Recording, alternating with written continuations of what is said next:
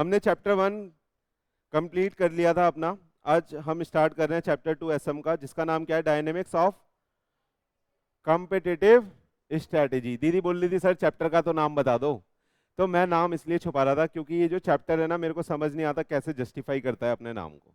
देखना इसमें इतने सारे कंसेप्ट हैं, आपको पता ही नहीं चलेगा कि नाम को कैसे जस्टिफाई कर रहा है। ठीक, इसलिए नाम का कोई रेलिवेंस नहीं है। यहाँ पे जितने भी कंसेप्ट हैं उनको हम अलग अलग समझेंगे, उनका रेलिवेंस है। ठीक है, स्कोप इसका बहुत वाइडर है, कहीं से भी इंस्टीट्यूट क्वेश्चन बना के पुट कर सकता है। और ये इंस्टीट्यूट के लिए मैं बोलूँ तो फेवरेट चैप्टर है बच्चों की लगाने के लिए। क्यों? क्योंकि बहुत ज़्यादा वास्ट है, तो कहीं से भी कुछ भी पूछ लेगा। डन, इसलिए आपको पूरा कवर करना है इसको और अच्छे से पढ़ना है। हम इसको 2 पार्ट में पढ़ने वाले हैं, एक जो थोड़े हल्के हल्के कंसेप्ट हैं वो लास्ट में करेंगे, और एक जो थोड़े इंपॉर्टेंट है और ऐसा लगता है उसमें थोड़ा बहुत आपका दिमाग यूज होगा, इजी है, वो पहले करेंगे। डन, तो पहले हम इसे स्टार्ट कर रहे हैं पोर्टफोलियो एनालिसिस से। किससे? आइए आगे आइए। पोर्टफोलियो का मतलब बोले तो, हाँ, वो बोलते हैं ना आपके पोर्टफोलियो में कौन कौन से शेयर्स हैं। हाँ, बंच ऑफ शेयर होता है, फिर उसमें अलग अलग कंपनियां होती हैं। तो पोर्टफोलियो का मतलब क्या होता है, देखना, collection of businesses, brands, products offered by a organization. बात करूं अगर मैं टाटा की, तो टाटा ग्रुप के अंदर बहुत सारा काम है। आप मेरे को बताओ कौन कौन सा काम है। मोटर्स का काम करते हैं, टाटा मोटर्स है, और स्टील, एफएमसीजी का काम करते हैं, और एनर्जी में भी काम करते हैं, टाटा पावर भी है। करते हैं नहीं करते? हाँ, तो ये क्या है, इनके अलग अलग बिजनेसेस हैं। ठीक है, पोर्टफोलियो पढ़ाने से पहले मैं आपको नीचे लेके जाना चाहता हूं, जो बात करता है, देखना, pre requisites for portfolio analysis. बोलता है कि सुनिएगा, बोलता है ये आपको, ये तीनों चीजें आपको समझनी पड़ेगी अगर आप पोर्टफोलियो एनालिसिस करना चाहते हैं। अभी समझाऊंगा, बहुत इजी है। डन, तो सबसे पहले क्या लिखा हुआ है यहाँ पे, स्ट्रेटेजिक बिजनेस यूनिट। आपको ऐसा नहीं लगता कि ये सारी एक तरह से टाटा की स्ट्रेटेजिक बिजनेस यूनिट हो गई, नंबर 1, नंबर 2, नंबर 3, नंबर 4? यानी ऐसी यूनिट जो अपने आप में अलग काम कर रही है, ऐसी यूनिट हमारे एक ग्रुप कंपनी की, ऐसी यूनिट जो अपने आप में अलग काम कर रही है, उसको हम क्या बोलेंगे, स्ट्रेटेजिक बिजनेस यूनिट। जैसे ये टाटा मोटर्स वाले डिसीजन सिर्फ टाटा मोटर्स के लिए लिए जाते होंगे, टाटा स्टील के डिसीजन सिर्फ टाटा स्टील के लिए लिए जाते होंगे, ये एक दूसरे को कॉन्ट्राडिक्ट या एक दूसरे को, इनसे कोई रिलेशन नहीं है, इनकी पूरी स्ट्रेटेजी अलग अलग बनती है। डन, तो आप बोलोगे इनको क्या है, ये एक कंपनी के क्या है, ये एसबीयू हैं। क्या है ये? स्ट्रेटेजिक बिजनेस यूनिट है। इनका प्रॉफिट अलग निकलता है, सब कुछ अलग चेक होता है। समझ में आ रहा है, नहीं आ रहा? देखिएगा आप, पोर्टफोलियो समझ में आएगा आपको।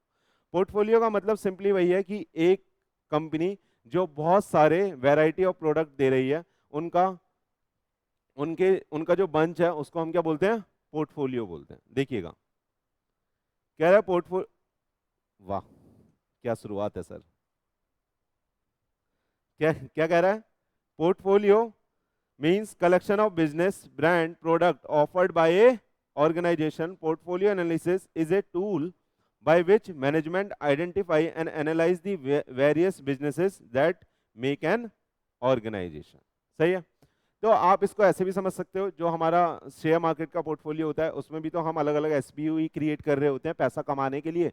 तो वैसे ही जो कंपनियां होती हैं जो बिजनेस कर रही हैं, उनके भी अलग अलग एसबीयू होते हैं जिससे वो पैसा कमा रहे हैं। समझ में आ रहा है, नहीं आ रहा? देखिएगा, कह रहा है it is done to determine the best business portfolio that is one which fits the company strength and weakness to opportunities in market. सही है?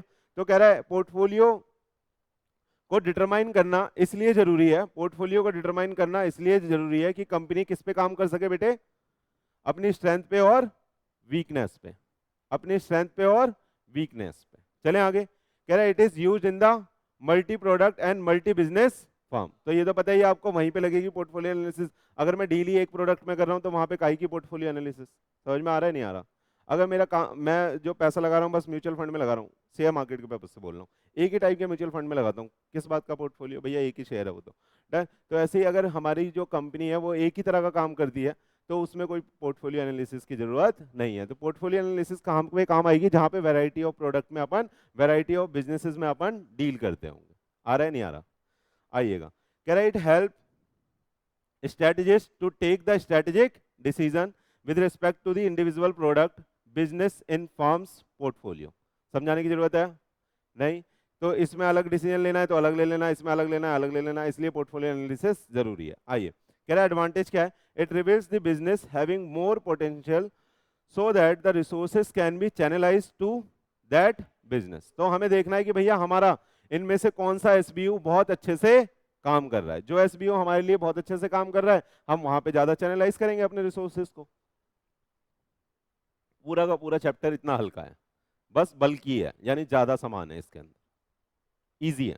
चले, कह रहा है एग्जाम्पल देखिएगा, ए डाइवर्सिफाइड कंपनी में divert the resources from its cash rich businesses to more prospective ones that hold the promise of the faster growth so that the company achieve its corporate level objective efficiently। तो वही बात कर रहे हैं कि जो SBU मेरे को सबसे ज्यादा कमा के देगा, मैं अपने सारे रिसोर्सेज, अच्छे रिसोर्सेज है ना, कैश रिच रिसोर्सेज वहां पे डाइवर्ट करूंगा।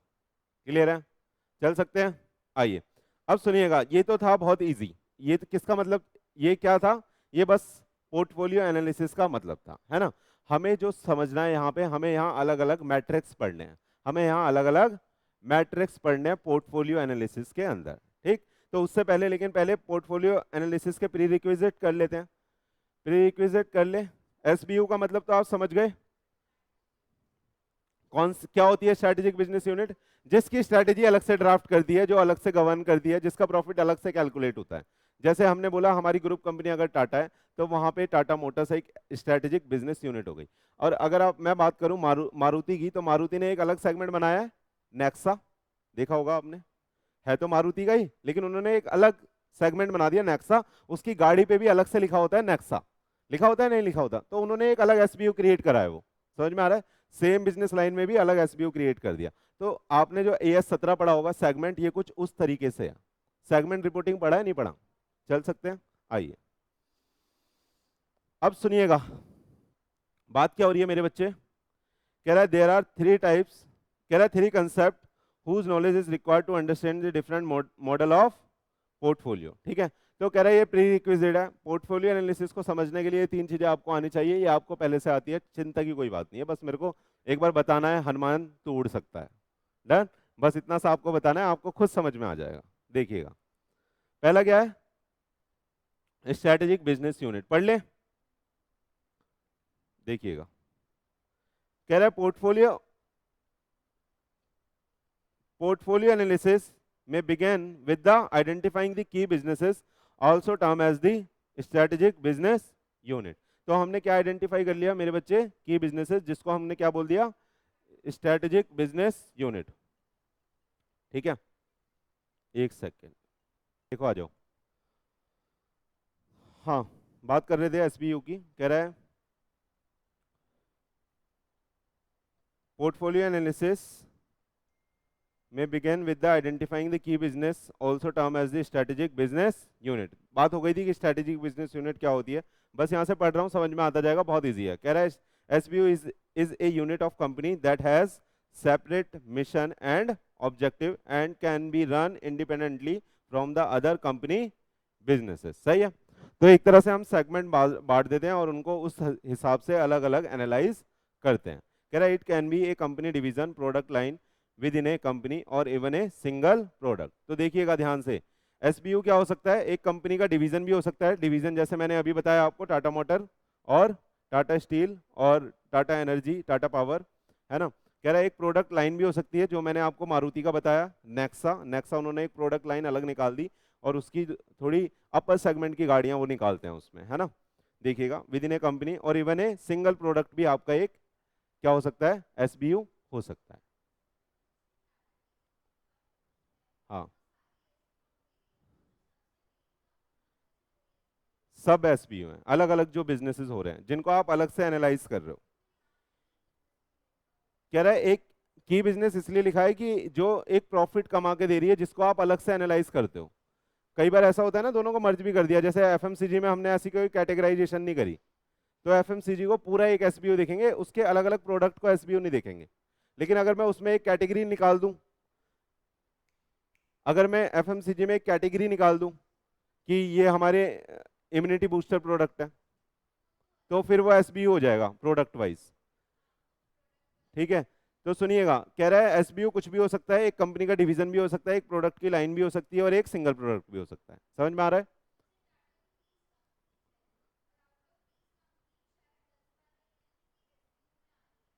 हम्म। कह रहा है जो की बिजनेसेस हैं हमारे, आप ऐसा नहीं है जो अभी आपकी लिस्ट में नहीं आ रहे वो आ नहीं सकते, वो भी एसबीओ में आ सकते हैं। हाँ, तो उन्होंने डिक्लेयर कर दिया कि हम इसको की बिजनेसेस मानते हैं। सही है, आइए। कह रहा है कैरेक्टरिस्टिक्स ऑफ एसबीयू, अभी समझ लो फिर आपको समझ में आ जाएगा कैसे कैटेगराइज करा हुआ है। कह रहा है it has the single business और collection of businesses that can be plan separately. बाकी की जो कंपनियां होंगी ना वो किसी ना किसी की सब्सिडरी होंगी। दीदी जो आप कह रहे हो ना 30 कंपनियां हैं, बाकी की जो कंपनियां होंगी किसी ना किसी से वो जुड़ती मिलती जुलती होंगी, तो इसलिए एक उस कंपनी को ही हम वो बोलेंगे ना एसबीयू। समझ में आ रहा है? हो सकता है कि टाटा मोटर के नीचे भी कुछ सब्सिडरियां हो, वो भी उस लिस्ट में आ रही हो जो आप देख रहे हो। हाँ, तो बताया ना नेक्सा का एग्जांपल, नेक्सा का, मारुति और नेक्सा। कह रहा है आप प्रोडक्ट के हिसाब से भी एसबीओ अलग निकाल सकते हो। जैसे मैंने एग्जांपल दिया मारुति का, मारुति एक ही कंपनी है लेकिन उसने प्रोडक्ट के हिसाब से अलग एसबीओ बना दिया, एक नेक्सा अलग सेगमेंट बना दिया। उसकी जितनी भी सेल होगी, जितनी भी अकाउंटिंग होगी, जितना भी सब कुछ होगा वो अलग होगा, जितनी भी स्ट्रैटेजी बनेगी अलग बनेगी। चल सकते हैं? कह रहा है it has a single business और collection of business that can be plan separately. कह रहा है it has on set of competitor, इसके अपने कंपटीटर होंगे। और कह रहा है it has a manager responsible for the strategic planning and profitability. तो ये कैरेक्टरिस्टिक्स अगर हैं, देख लीजिएगा मैडम। कह रहा है अगर ये 3 कैरेक्टरिस्टिक्स हैं तो आप एसबीयू हो। देख लीजिएगा, पहली क्या है कैरेक्टरिस्टिक्स बताना, जिसको हम प्लान सेपरेटली कर रहे हैं, और जिसके अपने सेट ऑफ कंपटीटर हैं, और जिसका अलग मैनेजर हमने हायर करे हुए हैं जो उसके लिए अलग स्ट्रेटेजी बनाते हैं उनकी प्लानिंग की या प्रॉफिटेबिलिटी की।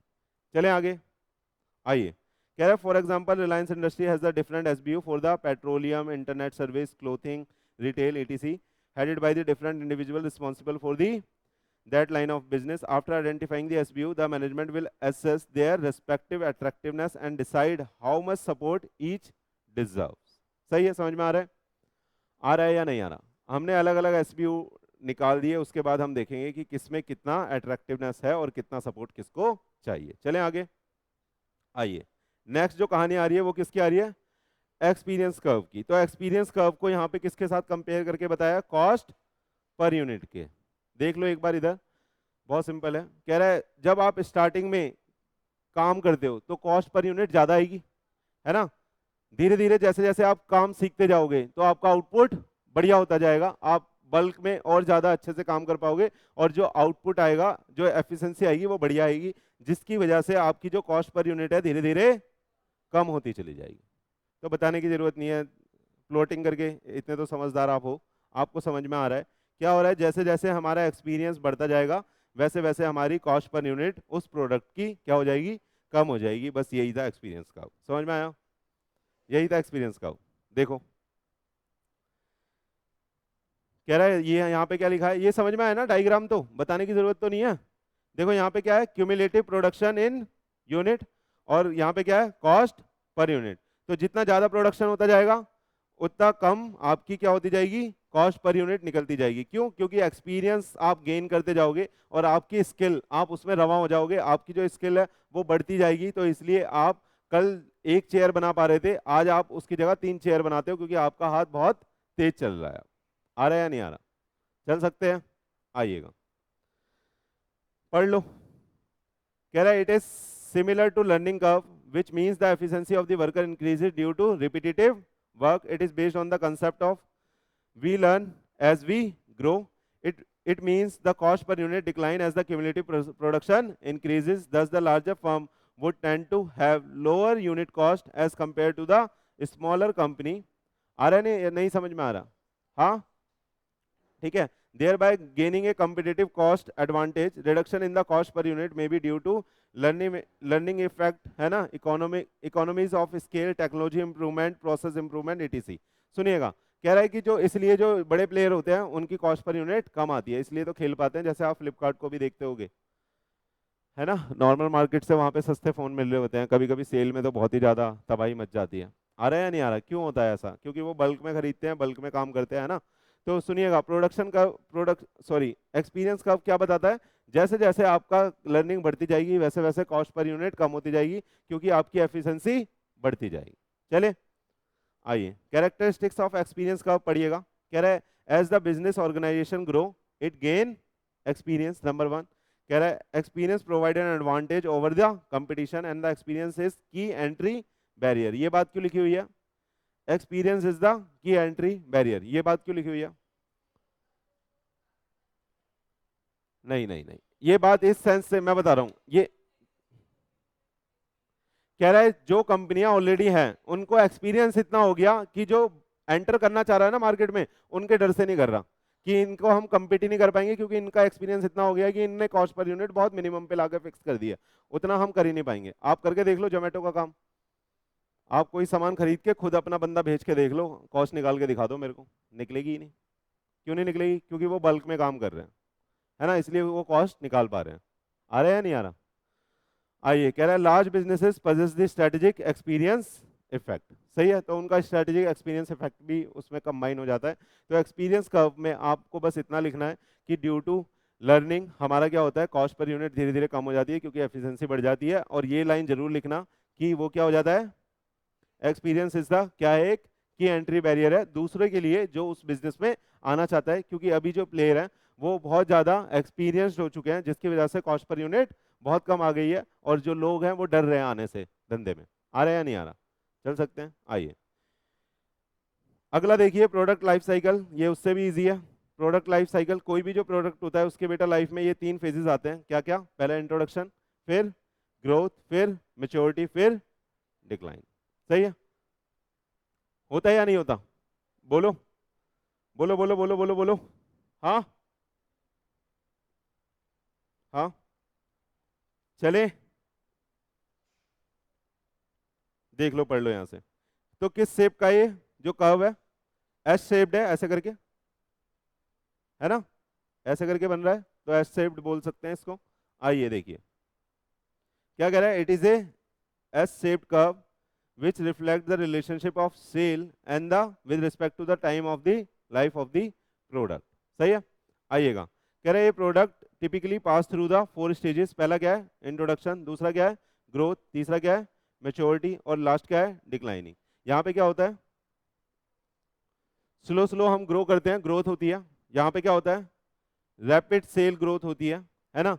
इसके बाद क्या होता है, एक मैक्सिमम लेवल आ जाता है जहाँ पहाड़ की चोटी पे आप खड़े हो, उसके बाद डिक्लाइनिंग फेज आएगा कि इसके ऊपर आप नहीं जा पाओगे, और फिर क्या होगा, आपकी सेल में शार्प डिक्लाइन आता है. डन? तो देखिएगा, if the business has substituted for the product the concept of PLC यानी product life cycle could work just as well.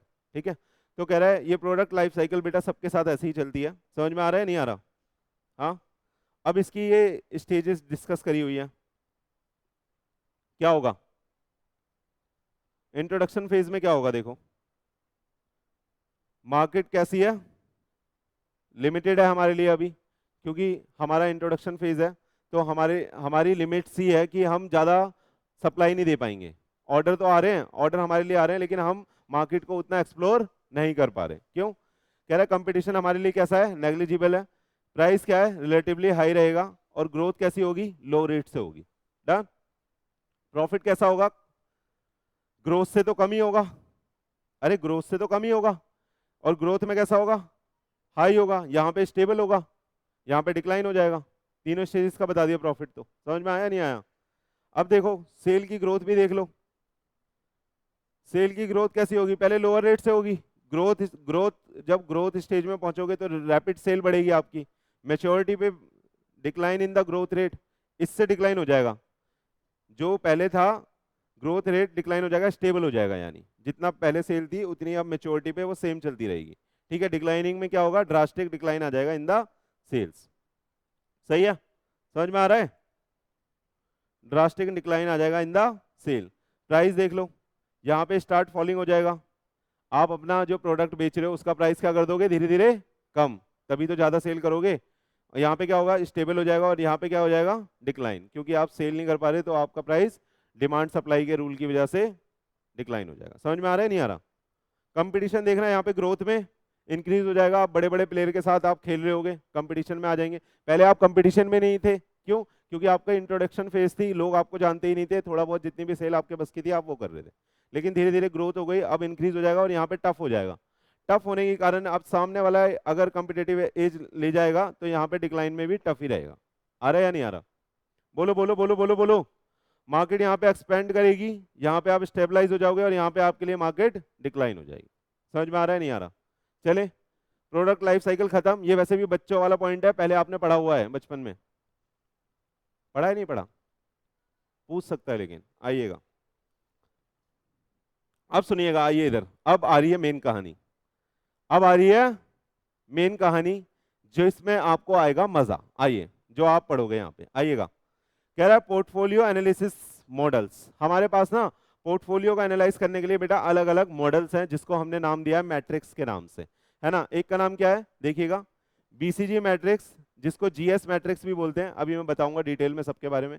एक अगले का नाम क्या है बेटा, Ansoff, PMG matrix, GE matrix और एडीएल मैट्रिक्स। इन चारों मैट्रिक्स को हमें समझना है, ठीक है। सब में थोड़ी अलग अलग बातें करी गई हैं, ग्रोथ को लेके, कंपटीशन को लेके, अभी देखेंगे, बहुत इजी है, समझ में आ जाएगा, ठीक है। क्या रिट्रेचमेंट मतलब रोक लगाना, किसी चीज को रिस्ट्रिक्ट करना, आपको पढ़ाया था आर्टिकल ऑफ एसोसिएशन में भी, रिस्ट्रिक्ट करना किसी चीज को। आप डरो मत, आ जाओ, सुनना बेटा, हम पहला मैट्रिक्स स्टार्ट कर रहे हैं, जिसका नाम क्या है, बीसीजी ग्रोथ शेयर मैट्रिक्स, जो किसने इंट्रोड्यूस करा है, बोस्टन कंसल्टेंसी ग्रुप ने। किसने इंट्रोड्यूस करा है, बोस्टन कंसल्टेंसी ग्रुप ने। आइएगा, इसको मैं पहले आपको समझाने की कोशिश करता हूं, देखिएगा, इन्होंने ना जो बात करी है, वो बात करी है दो चीजों के बारे में। पहला क्या है, मार्केट ग्रोथ रेट, और यहां पे आता है बेटा मार्केट शेयर।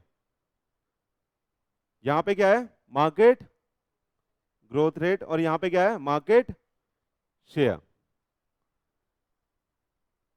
सार्थक, यहां पे क्या है, मार्केट शेयर। समझ में आ रहा है।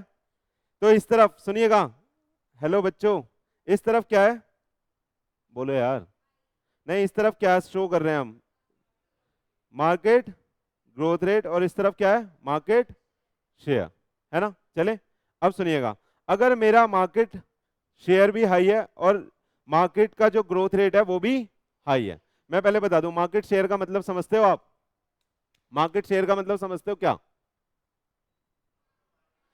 जैसे मैं टेक्सटाइल का बिजनेस करता हूं, तो टेक्सटाइल के बिजनेस की जो इंडस्ट्री है वो 100% की इंडस्ट्री हो गई एक तरह से पूरी, उसमें से मेरा कितना शेयर है, मेरा मान लो 80% शेयर है, तो आप क्या बोलोगे, आपका मार्केट शेयर हाई है, आपका मार्केट शेयर हाई है। सुनिएगा इधर, मार्केट ग्रोथ रेट का क्या मतलब है, पहले ये समझो, ग्रोथ रेट का मतलब कि मार्केट में ग्रोथ है या नहीं है, उस जो धंधा कर रहे हो, कहीं जो धंधा कर रहे हो उस धंधे की डिमांड है भी या नहीं। अभी आप सीडी बेचने निकल जाओ, सीडी देखी है आपने, बेच दोगे सीडी, क्यों, धंधा ही खत्म हो गया।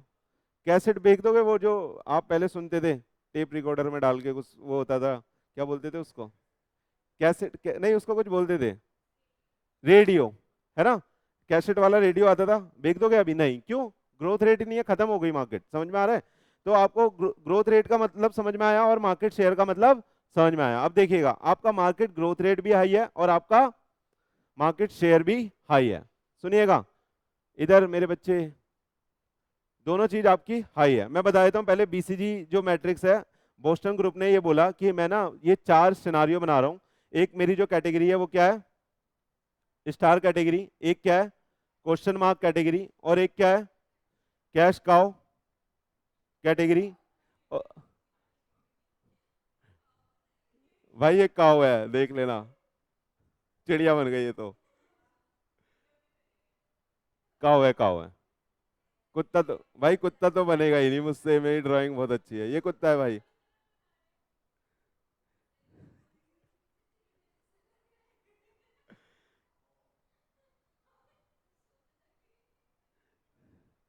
ये बेटा डॉगी है तुम्हारा।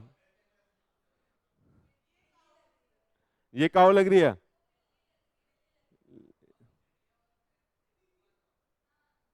अच्छा, पंजा बनाऊं?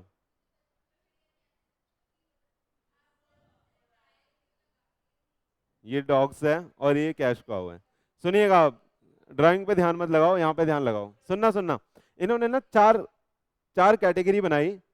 बीसीजी वालों ने क्या बोला, ये चार कैटेगरी बनाई और उन उसमें ये एनालाइज कर रहे हैं, उसमें ये एनालाइज कर रहे हैं मार्केट शेयर को और मार्केट की ग्रोथ को। किसको? मार्केट के शेयर को और मार्केट की ग्रोथ को।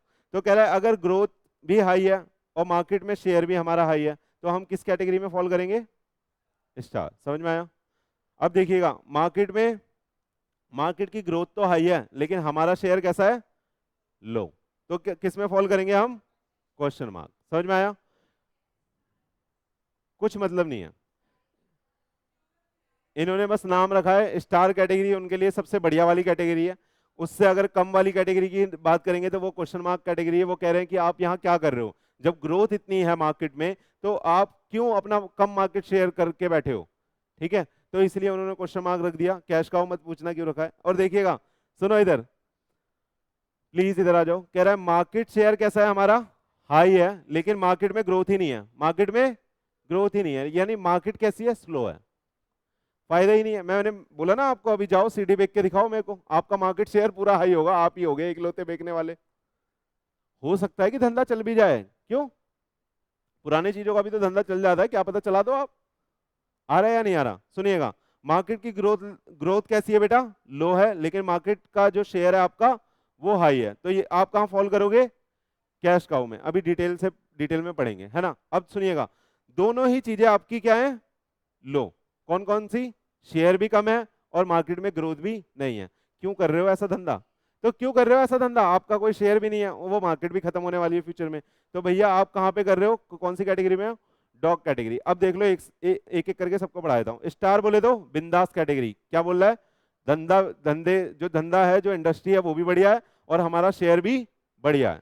तो देखना, कह रहा है SBU that is growing rapidly need heavy investment to maintain their position and finance rapid growth. It represent the opportunity for expansion. तो यहाँ पे तो आप क्या करोगे? और बढ़ना चाहोगे, आगे बढ़ना चाहोगे, इसलिए यहाँ पे कम्पिटिटिवनेस भी ज्यादा होगी, जहाँ पे आपको इन्वेस्टमेंट की भी ज्यादा जरूरत पड़ेगी, है ना। और यहाँ पे आपको, आपके पास अपॉर्चुनिटी आएगी एक्सपैंड करने की। समझ में आ रहा है? अब देखिएगा, क्वेश्चन मार्क कौन सी कैटेगरी है बताना, जहाँ पे क्या शेयर हमारा कम है लेकिन ग्रोथ अच्छी है। तो भैया तुम क्या कर रहे हो? हाँ, आइए। कह known as the problem child और वाइल्ड कैट, कह रहा है require a lot of cash and the investment to hold their share. कह रहा है if left unattended they become cash trap. सही है। तो कह रहा है कि भैया यहाँ पे आपको ज्यादा पैसा लगाने की जरूरत है, आपको अपना शेयर बढ़ाने की जरूरत है, यहाँ पे ज्यादा पैसे की जरूरत पड़ेगी। ठीक है, एक तरह से ये प्रॉब्लम है जहां पे आप फंसे हुए हो। चलें आगे, आगे आइए। अब यहाँ पे क्या है? शेयर कैसा है? कैश ट्रैप वही है कि आपके पास पैसा नहीं है और आपकी जो जितना भी आपके पास वर्किंग कैपिटल है आप उसी लेवल पे लगाए जा रहे हो, आप बढ़ा नहीं पा रहे अपने धंधे को। सही है, आप ऑपरेशन में बिजी हो, आप धंधे को ग्रो नहीं कर पा रहे, आप मार्केट शेयर का कम परसेंटेज हो बहुत ज्यादा, हालांकि ग्रोथ बहुत है वहां पे। तो यानी कि आपके जो फंक्शनिंग है, आपके जो ऑपरेशन है उसमें कुछ ना कुछ कमी है। चले, तो हमेशा इस वाली कैटेगरी से आप यहाँ आना चाहोगे, है ना। तो उसके लिए क्या करना पड़ेगा? मेहनत करनी पड़ेगी, कॉम्पिटिटिव एज आप में आपको अपने आप में लाना पड़ेगा। अभी बात करेंगे उसकी भी, क्या क्या करना पड़ेगा। चले, इतना समझ में आ रहा है? अभी बस इतना समझो कि किस कैटेगरी का क्या मतलब है। ठीक है, आ रहा है आपको बेटा? ये इस नाम से भी पूछा जा सकता है कि star, question mark, cash cow और डॉग मैट्रिक्स के बारे में बताएं। तो आप ये वाला डायग्राम बनाओगे। आपसे पूछेगा बीसीजी मैट्रिक्स, तब भी आप ये वाला डायग्राम बनाओगे। ठीक है, आपसे पूछेगा ग्रोथ शेयर मैट्रिक्स, तब भी आप ये वाला डायग्राम बनाओगे। आ रहा है या नहीं आ रहा? अब देखना यहाँ पे कैश काउ में कह रहा है it generate the cash and have low cost, कह रहा है needs less investment to maintain the market share in the long run where the growth slow star become cash cow. समझ में आ रहा है आपको ये वाला क्या बोला है बताना। देखना आपका जो मार्केट शेयर है वो तो अच्छा है लेकिन मार्केट में ग्रोथ ही नहीं है, ठीक है, मार्केट में ग्रोथ ही नहीं है। तो आप देखो ना स्टार कैटेगरी में हो, मान लो आप स्टार कैटेगरी में हो और आप बिल्कुल मैच्योरिटी तक पहुंच गए और बाद में आपकी मार्केट धीरे धीरे खत्म होने लगी। यार कोई तो था ना पहले जो सीडी बनती थी, कैसेट बनती थी, उनकी मार्केट में कोई तो प्लेयर था पहले, लेकिन धीरे धीरे क्या हुआ उनका धंधा स्लो हो गया, मार्केट कैसी हो गई, ग्रोथ रेट कम हो गई, तो वो कहां पे आ जाएंगे, कैश काउ में आ जाएंगे। कह रहा है it generate the cash and have low cost, कह रहा है यहाँ पे आप कैश तो जनरेट कर लोगे लेकिन उसकी जो कॉस्ट आएगी वो कम आएगी। डन। कह रहा है need less investment to maintain the market share, क्या पैसे की जरूरत पड़ेगी ज्यादा मार्केट शेयर को मेंटेन करने के लिए, आप बताओ पैसे की जरूरत पड़ेगी ज्यादा मार्केट शेयर को मेंटेन करने के लिए, नहीं, क्यों, ग्रोथ ही नहीं है, वहां पे ग्रोथ ही नहीं है तो मार्केट शेयर वैसे ही आपके पास हाई है तो आपको और पैसा लगाने की जरूरत नहीं है। आ रहा है या नहीं आ रहा, पैसा कब लगाओगे जब वहां पे ग्रोथ होगी या आपका मार्केट शेयर कम होगा। और डॉग में तो आप बोलोगे भाग जाए यहाँ से, डॉग में क्या बोलोगे आपका भी मार्केट शेयर कम है और वहां पे ग्रोथ भी नहीं है, यानी कि कोई फ्यूचर प्रोस्पेक्ट ही नहीं दिख रहा आपको, तो आप क्या बोलोगे धंधा ही बंद कर देते हैं। देखो कह रहा है have no future may need cash to survive, जरूरी है यहाँ पे कैश किस लिए, बोलो बोलो, सर्वाइव करने के लिए कैश की जरूरत रहेगी। कह रहा है dog should be minimize by means of divest और लिक्विडेशन, तो आप क्या करोगे डाइवेस्टमेंट कर दोगे या लिक्विडेट कर दोगे, यानी उसमें से भाग जाओगे, उस सिचुएशन में आपको रहना नहीं है। हाँ सेम ही है डाइवेस्ट, इसका मतलब यह है कि आप हट हट जाओगे, मतलब सेल कर दोगे अपने बिजनेस को, डाइवेस्टमेंट का तो चले। क्या अबे अभी तो कुछ पढ़ाया भी नहीं है यार, पागल हो गया अब। सुनो सुनो अब ये तीन चीजें हैं, मैं यहाँ लिख लेता हूँ। कह रहा है बिल्ड होल्ड, ये तीन सिचुएशन है कहाँ पे आप क्या करोगे ये बताना है, हार्वेस्ट और डाइवेस्ट। सुनना कहाँ पे आप होल्ड करोगे अपने आप को, किस कैटेगरी में अपने आप को होल्ड करोगे, स्टार में होल्ड करोगे तो आप बोलोगे सर यहाँ पे होल्ड करेंगे, बोलो ना यार, यहाँ पे क्या करोगे, होल्ड करोगे। बिल्ड कहाँ पे करोगे, क्वेश्चन मार्क में अपने आप को क्या करोगे, बिल्ड करोगे। और हार्वेस्ट कहाँ पे करोगे, कैश काउ में क्यों करोगे हार्वेस्ट बताना, क्योंकि सुनो आपका मार्केट शेयर अच्छा है, ग्रोथ धीरे धीरे कम हो रही है, अभी मौका है, जो फसल उगाई है काट लो खा जाओ, जितनी सीढ़ियां सारी बेचो, जितनी बेच सकते हो बेचो बेचो बेचो, मार्केट खत्म होने वाला है ये वाला, तो इसलिए इसको कहां पे डालोगे, ये यहाँ पे हार्वेस्ट करोगे और यहाँ पे क्या करोगे, समझ में आया नहीं आया।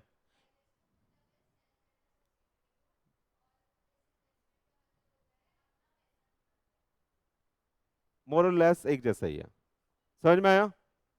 आ जाओ ये समझा दिया, इधर आ जाओ बच्चे प्लीज प्लीज प्लीज, कनेक्टेड रहिए। कह रहा है बीसीजी मैट्रिक्स,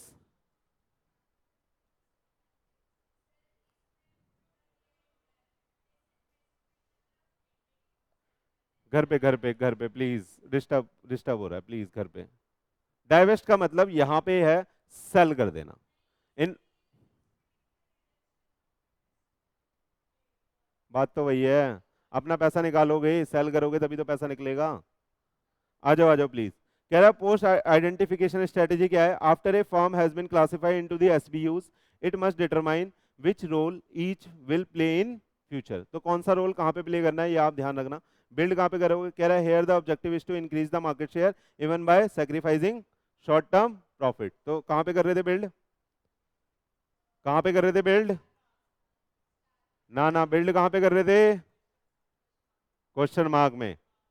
सुनो ध्यान से लाइन पढ़ो, कह रहा है here the objective is to increase the market share, कहां पे मार्केट शेयर कम था हमारा, कहां पे मार्केट शेयर कम था, क्वेश्चन मार्क में, और ग्रोथ अच्छी थी, तो वहां पे क्या करोगे बिल्ड करना चाहोगे, होल्ड कहां पे करना चाहोगे, स्टार में, तो कह रहा है objective is to preserve market share, तो वहां पे आप अपने आप को होल्ड करना चाहोगे कि जैसे सिचुएशन में धंधा चल रहा है वैसे चलता रहे। हार्वेस्ट कहाँ पे करना चाहोगे, कह रहा है objective is to increase the short term cash flow by ignoring the long term effect. ठीक है, कह रहा है क्या कह रहा है, ऑब्जेक्टिव क्या है, इंक्रीज कर लो अभी शॉर्ट टर्म कैश फ्लो। कह रहा है जितना पैसा निकाल सकते हो ना उतना पैसा निकाल लो, फ्यूचर में धंधा जाने वाला है, क्योंकि कैसी ग्रोथ है, लो। समझ में आ रहा है? आगे देखो, डाइवेस्ट कहां पे करोगे, कह रहा है objective is to sell and liquidate the business because the resources can be better use elsewhere. Clear है? पक्का पक्का क्लियर है? समझ में आया बीसीजी मैट्रिक्स? आगे पूरा मैट्रिक्स तो खत्म करने दो बदतमीजो, आ जाओ। कह रहा है is BCG matrix really helpful, problem and limitation of BCG matrix. सुनना, अब ये क्या है नीचे, नीचे क्या है मेरे बच्चे, बताओ बताओ। लिमिटेशंस है बीसीजी मैट्रिक्स की। अगर आपके पेपर में बीसीजी मैट्रिक्स आएगा तो आपको पूरा लिखना है, डायग्राम भी बनाना है, ये सारी सिचुएशन भी डिस्कस करनी है, और उसके बाद लिमिटेशन भी आप बता दोगे अगर ज़्यादा मार्क का क्वेश्चन होगा तो। अदरवाइज वो पूछेगा कि लिमिटेशन, तो सिर्फ लिमिटेशन बतानी है। ठीक है, आइए। कह रहा है BCG matrix can be difficult, कैसा है ये, डिफिकल्ट है, टाइम कंज्यूमिंग है, कॉस्टली टू इम्प्लीमेंट। तो किसी की भी कमियां बतानी हो तो ये 3 कमियां तो हर किसी में आपको दिख जाएगी, है या नहीं? कोई लिमिटेशन याद ना आए तो ये तो चेप ही दोगे आप। आ रहा है या नहीं आ रहा? डिफिकल्ट है, टाइम कंज्यूमिंग है और कॉस्टली है। कह रहा है मैनेजमेंट में find it difficult to define the SBU and measure the market share and the growth. कह रहा है भैया जो आपका जो ये बीसीजी मैट्रिक है पूरा पूरा किस पे डिपेंड करता है, मार्केट शेयर पे और ग्रोथ पे, लेकिन एग्जैक्ट मार्केट शेयर और एग्जैक्ट ग्रोथ निकालना मुश्किल है, और एसबीयू को आइडेंटिफाई करना भी मुश्किल है। आ रहा है या नहीं आ रहा? आगे आइए। कह रहा है it also focus on classifying the current businesses but provide a little advice for the future planning. क्या लाइन बोली यहाँ पे, कह रहा है it is also focuses on classifying the current businesses but provide little advice for the future planning, यानी वो future की बात नहीं करता, बस प्रेजेंट की बात करता है, फ्यूचर स्टेक नहीं है। आगे देखिए, they can lead the company to placing too much of emphasis on the market share and the growth through the entry into the attractive new market. This can cause the unwise expansion into hot new risky ventures or the divesting the established unit too quickly. क्या बात बोली है यहाँ पे बताना, ये last वाली समझ में आई? बोलो बोलो। कह रहा है देखना, कह रहा है ये ज्यादा एम्फासिस देता है मार्केट के किस पे, शेयर पे या ग्रोथ पे, through entry into the attractive new market. तो ये अनवाइज एक्सपेंशन का भी एक तरह से फोकस करता है, ये बोलता है कि भैया आप जल्दी जल्दी से हॉट न्यू रिस्की वेंचर में आ जाओ, हालांकि इतना क्विकली कहीं पे भी नए वेंचर में जाना इजी नहीं होता, लेकिन ये एडवाइस करता है कि न्यू वेंचर में आओ। आ रहा है? डाइवेस्टमेंट की एडवाइस बहुत बड़ा प्लान होता है डाइवेस्टमेंट का, इतनी जल्दी आप ये डिसीजन नहीं ले सकते कि आप किसी चीज को छोड़ के जा रहे हो, लेकिन ये एडवाइस करता है। समझ में आई लिमिटेशन समझ में आई? चलो 2 मिनट का ब्रेक ले लेते हैं, अगर आपको ऐसा लग रहा है तो, मेरे को तो ऐसा नहीं लग रहा। लेकिन चलो बच्चे सुनो, नेक्स्ट जो मैट्रिक्स आ रहा है हमारे पास आ रहा है जनरल इलेक्ट्रिक मैट्रिक्स। इसमें जनरल इलेक्ट्रिक कंपनी का नाम है, जिस कंपनी का काम करते हुए इन्होंने इस मैट्रिक्स को जन्म दिया था, इस मॉडल को जन्म दिया था। देखना इसको बेटा स्टॉप लाइट स्ट्रेटेजी मॉडल भी बोलते हैं। क्या स्टॉप लाइट स्ट्रेटेजी मॉडल क्यों बोलते हैं? रेड लाइट देखिए आपने, रेड येलो और ग्रीन, यानी ऑरेंज या येलो जो भी बोलो, रेड ऑरेंज और ग्रीन होती है वो, तो इसमें उसी मॉडल पे काम करा गया है। ये जो मॉडल है ये बेटा किसने स्टार्ट करा है? मैकेंजी ने, है ना? तो इसको मैकेंजी मॉडल भी बोलते हैं, स्टॉप लाइट मॉडल भी बोलते हैं, और जनरल इलेक्ट्रिक मैट्रिक्स भी बोलते हैं। ये थोड़ा सा एक्सटेंशन है बीसीजी का। सुनिएगा, अभी मैंने आपको बीसीजी पढ़ाया था ना मैंने, देखो देखो बीसीजी में एक बात बतानी थी, ये देखना, ये जो मार्केट शेयर है, प्लीज इधर बच्चों प्लीज, ये जो मार्केट शेयर है, मार्केट शेयर आपको बिजनेस स्ट्रेंथ शो कर रहा है।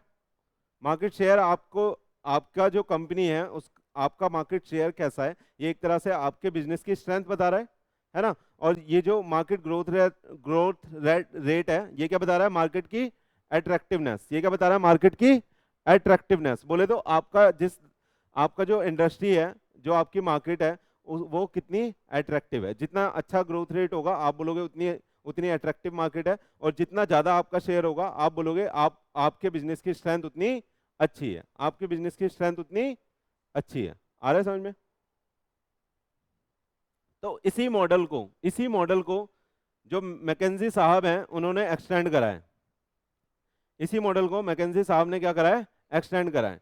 क्योंकि हमारा जो बीसीजी मैट्रिक्स था, बीसीजी मैट्रिक्स किसकी बात करता था बताना, बीसीजी मैट्रिक्स किसकी बात करता था, बस पास्ट की और प्रेजेंट की, वो फ्यूचर की बातें नहीं करता था। और वो बोलता था जो मार्केट शेयर है वो एक क्राइटेरिया उसने बनाया था कि अपने बिजनेस की स्ट्रेंथ जानने का। हालांकि सिर्फ मार्केट शेयर से आप किसी बिजनेस की स्ट्रेंथ को कंपेयर करो ये अच्छा नहीं है, बाकी बहुत सारे फैक्टर होते हैं जिससे आप एक बिजनेस की स्ट्रेंथ को चेक कर सकते हो। अभी इस मॉडल में वो हम देखेंगे।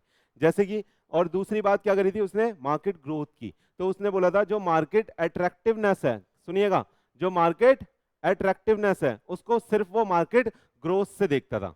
बीसीजी मैट्रिक किससे देखता था, मार्केट ग्रोथ से देखता था। लेकिन ये जरूरी नहीं है कि सिर्फ मार्केट की ग्रोथ से उसकी अट्रैक्टिवनेस पता चले। देखिएगा आप, देखिएगा अब मैं बात क्या कर रहा हूं, अगर मैं मार्केट स्ट्रेंथ बोलूंगा तो आप समझ जाओगे मैं मार्केट शेयर की बात कर रहा हूं, और जब मैं अट्रैक्टिवनेस बोलूंगा तो बीसीजी मैट्रिक में जो उसने मार्केट ग्रोथ की बात करी है मैं उसकी बात कर रहा हूं, ये समझ जाओगे।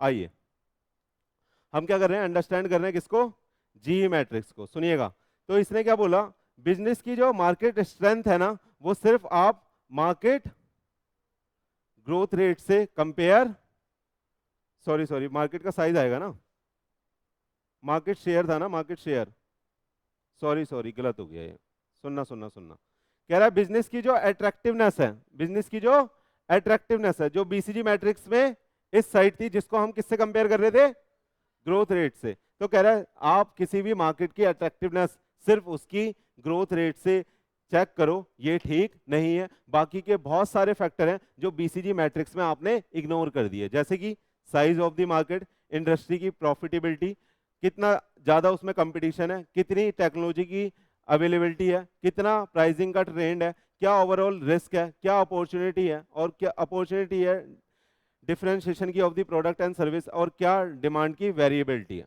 डन। तो कह रहा है सिर्फ बीसीजी मैट्रिक्स ने क्या करा था, सुनना, बीसीजी मैट्रिक्स ने इधर और इधर इधर क्या रखा था, ग्रोथ, बोलना, मार्केट का ग्रोथ रेट, और यहां पे क्या रखा था, शेयर, मार्केट शेयर, है ना, बस ये दो बातें करता था। लेकिन ये बोलता है कि मार्केट की अट्रैक्टिवनेस, यानी हमने क्या बोला था, इससे वो मार्केट की अट्रैक्टिवनेस कैलकुलेट कर रहा है, अरे बोलो, है ना। तो हमने क्या बोला था कि सिर्फ अगर आप ग्रोथ को देख के मार्केट की अट्रैक्टिवनेस देखोगे तो उससे ठीक रिजल्ट नहीं आएंगे। तो हम ये भी कह सकते हैं जो बीसीजी मैट्रिक्स है वो थोड़ा जल्दबाजी में डिसीजन ले रहा है, वो सब ग्रोथ रेट को देख रहा है और बोल रहा है कि ऐसी है, स्टार कैटेगरी है, कैश काउ कैटेगरी है, या फिर डॉग है, या फिर एक रह गई कौन सी थी, एक रह गई कौन सी थी, क्वेश्चन मार्क, सही है।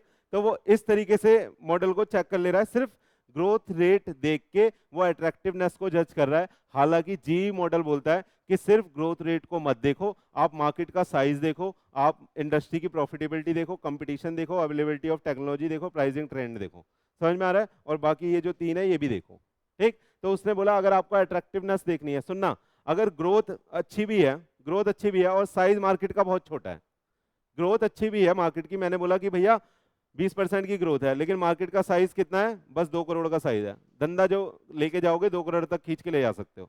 मैंने बोला मार्केट की, दूसरे में मैंने बोला मार्केट की जो ग्रोथ रेट है वो 5% का है या 3% का है, लेकिन मार्केट का साइज 100 करोड़ का है। तो आप बोलोगे ये वाला ज्यादा बढ़िया है ना अट्रैक्टिव मार्केट, क्यों, ग्रोथ कम है लेकिन पहुंचाया 100 करोड़ तक जा सकता है। यहाँ पे तो ग्रोथ ज्यादा है लेकिन बस 2 करोड़ तक का ही धंधा हो सकता है। समझ में आ रहा है नहीं आ रहा, मार्केट का साइज समझ पा रहे हो नहीं पा रहे, आ रहा है पक्का। तो मैकेंजी बोलते हैं कि भैया सिर्फ हम ग्रोथ रेट की बात ना करते हुए हम बाकी फैक्टर्स भी देखेंगे जो बीसीजी मॉडल ने क्या कर दिए थे, इग्नोर कर दिए थे। अब आगे आ जाइए, अब ऐसे ही बात करता है किसके ऊपर, इसमें दो और थे, कह रहा है सेगमेंटेशन और distribution structure, that is the direct marketing, retail, wholesale, किस किस तरह का सेगमेंट है वहां पे और किस तरह का स्ट्रक्चर है, ठीक है। सुनना प्लीज प्लीज, जी मॉडल को समझने के लिए आपको इनमें से कम 70% पॉइंट याद होने चाहिए, यानी कितने पॉइंट है, उसमें से आप मोस्टली पॉइंट आपको याद होने चाहिए जब आप जी मैट्रिक्स लिखोगे, ये लिखोगे पक्का पक्का। समझ में आ रहा है नहीं आ रहा? क्योंकि वहां पे आप बोलोगे कि मार्केट अट्रैक्टिवनेस को जज करने के लिए जो जी मॉडल है उसने ये सारे फैक्टर्स दिए हैं, और इनको देख के हम जजमेंट लेंगे कि मार्केट कितनी अट्रैक्टिव है या कितनी नहीं है। समझ में आया? तो ये फैक्टर्स आपको याद रखने पड़ेंगे। क्लियर है? चल सकते हैं आगे, आइए। अब ऐसे ही वो स्ट्रेंथ की बात करता है, देखिए वहां पे हम बिजनेस की स्ट्रेंथ कैसे कैलकुलेट कर देते थे, बस मार्केट के शेयर से। हाँ, मार्केट के शेयर से, ये वाला पकड़ लो, है ना, मार्केट के शेयर से हम क्या कह रहे थे कि भैया हमारा मार्केट शेयर कितना है, उसके हिसाब से हम क्या कर रहे थे बताना। हम बोल रहे थे हमारा मार्केट शेयर इतना है, और उसके हिसाब से हम क्या कर रहे थे, जज कर ले रहे थे अपनी स्ट्रेंथ को, अपने बिजनेस की स्ट्रेंथ को। लेकिन हमारा जो जी मॉडल है वो बोलता है कि बीसीजी मैट्रिक्स की तरह सिर्फ हम मार्केट शेयर से किसी भी बिजनेस की स्ट्रेंथ को जज नहीं कर सकते। हम बिजनेस की स्ट्रेंथ को जज कैसे करेंगे बताना, देखना सुनना, मैं एक एग्जांपल देता हूं प्लीज, इधर प्लीज। कह रहा है मार्केट का शेयर आपका 100% है, मार्केट का शेयर आपका 100% है, लेकिन जो प्रॉफिटेबिलिटी निकल के आ रही है, मान लो यहाँ 100 करोड़ का आप धंधा कर रहे हो, और जो प्रॉफिटेबिलिटी निकल के आ रही है वो आ रही है 5 करोड़ की। कितने की? 5 करोड़ की। 5% प्रॉफिट कमा रहे हो आप। मैं बोल रहा हूँ अब एक इंडस्ट्री है जहां पे आपका मार्केट शेयर कितना है, 80% है, आप धंधा कितने का करोगे, 80 करोड़ का, ठीक है, लेकिन आपकी जो प्रॉफिटेबिलिटी आ रही है वो 100 करोड़ आ रही है। ऐसा हो सकता है? सॉरी 20 करोड़ आ रही है, ऐसा हो सकता है? अरे ऐसा हो सकता है, नहीं हो सकता? या टर्नओवर ज्यादा ही होना चाहिए प्रॉफिट ज्यादा कमाने के लिए? जरूरी तो नहीं है। तो बोल रहा है कि आप बताओ ये वाला ज्यादा स्ट्रेंथ है पोजीशन है या ये वाली ज्यादा है? भैया प्रॉफिट तो यहाँ पे ज्यादा है, तो मैं तो बोलूंगा ये ज्यादा स्ट्रेंथ है ना, ये बिजनेस ज्यादा स्ट्रेंथफुल है। आ रहा है या नहीं आ रहा? तो ऐसे ही सुनिएगा, जी मॉडल बोलता है कि भैया सिर्फ मार्केट शेयर से हम किसी मार्केट की किसी बिजनेस की स्ट्रेंथ को जज नहीं करेंगे। उसको जज करने के लिए हम उसका प्रॉफिट मार्जिन भी देखेंगे, हम उसका डिस्ट्रीब्यूशन एफिशिएंसी देखेंगे, ब्रांड इमेज देखेंगे, availability to compete on the price and quality देखेंगे, कस्टमर की लॉयल्टी देखेंगे, प्रोडक्शन कैपेसिटी देखेंगे, टेक्नोलॉजी की कैपेबिलिटी देखेंगे, रिलेटिव कॉस्ट पोजीशन देखेंगे, और मैनेजमेंट कैलिबर देखेंगे। आ रहा है या नहीं आ रहा? आ रहा है या नहीं आ रहा? बोलो। तो सुनिए, आपको ऐसा नहीं लग रहा कि जी मॉडल ने क्या करा है, बीसीजी मॉडल को उठाया और उसे डिटेल में जाके स्टडी करा, डिटेल में जाके स्टडी करा, और पता चला कि तुम तो बहुत सारे फैक्टर छोड़ रहे थे, चलो मैं इसको इनकॉर्पोरेट कर देता हूं। It is A extension of BCG model, ऐसा भी बोल सकते हो। आ रहा है या नहीं आ रहा? क्लियर है पक्का? आइए अब इसने ये जज करने के 3 तरीके बताए हैं। इसने क्या बोला सुनिएगा, इसने अपना अलग चार्ट बनाया, एक हरी बत्ती, एक लाल बत्ती और एक पीली बत्ती। क्या बोलोगे इसको? रेड लाइट, रेड लाइट जैसा फील हो रहा है आपको कि रेड लाइट पे खड़े हो? स्टॉप लाइट मैट्रिक्स भी बोलते हैं, इसलिए इसको देख लो, नाम इसका लिखा था ना कहीं पे, क्या लिखा है याद रखना, नाम याद रखना बहुत जरूरी है। सही है? स्टॉप लाइट मैट्रिक्स भी बोलते हैं, वैकेंसी मॉडल भी बोलते हैं, जी मॉडल भी बोलते हैं, है ना? आ रहा है या नहीं आ रहा? चले चले चले चले। अब सुनिएगा, देखो इधर देखो, हरी बत्ती का मतलब है कि वहां पे आप क्या करोगे, इन्वेस्ट करना चाहोगे और एक्सपेंड करना चाहोगे, ठीक है? जहां जहां हरी बत्ती है वहां पे देखो क्या लिखा है, इन्वेस्ट और एक्सपेंड। यानी कि वहां पे आप कैसे हो, आपकी जो बिजनेस की स्ट्रेंथ है वो कैसी है, स्ट्रांग है, और आपका जो मार्केट अट्रैक्टिवनेस है वो भी हाई है। या फिर बिजनेस की जो स्ट्रेंथ है वो एवरेज है लेकिन मार्केट अट्रैक्टिवनेस हाई है। या फिर ये मीडियम है और ये स्ट्रांग है, यानी दोनों में से एक चीज हमारी स्ट्रांग होगी। समझ में आया? नहीं? आइए, और ये क्या कहता है, ये कहता है सिलेक्ट एंड अर्न। कह रहा है यहाँ 50-50 खेलोगे आप। यहाँ पे अगर आप धंधे में जाना चाहोगे तो आप बोलोगे भैया यहाँ पे 50-50 चांसेस हैं कि पैसा बन भी सकता है, पैसा नहीं भी बन सकता। क्यों? क्योंकि जो बिजनेस की स्ट्रेंथ है वो कैसी है आपकी, बताना, बोलो कैसी है, एवरेज है।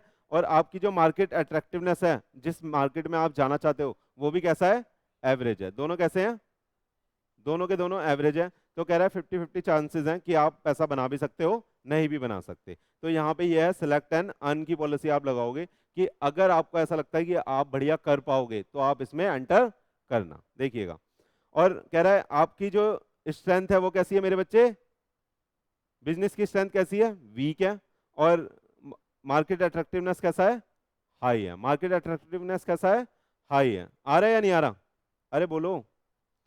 मार्केट अट्रैक्टिवनेस कैसा है, हाई है, ठीक। और इधर कहता है कि आपकी बिजनेस की स्ट्रेंथ कैसी है, स्ट्रांग है, लेकिन मार्केट अट्रैक्टिवनेस लो है, ठीक है।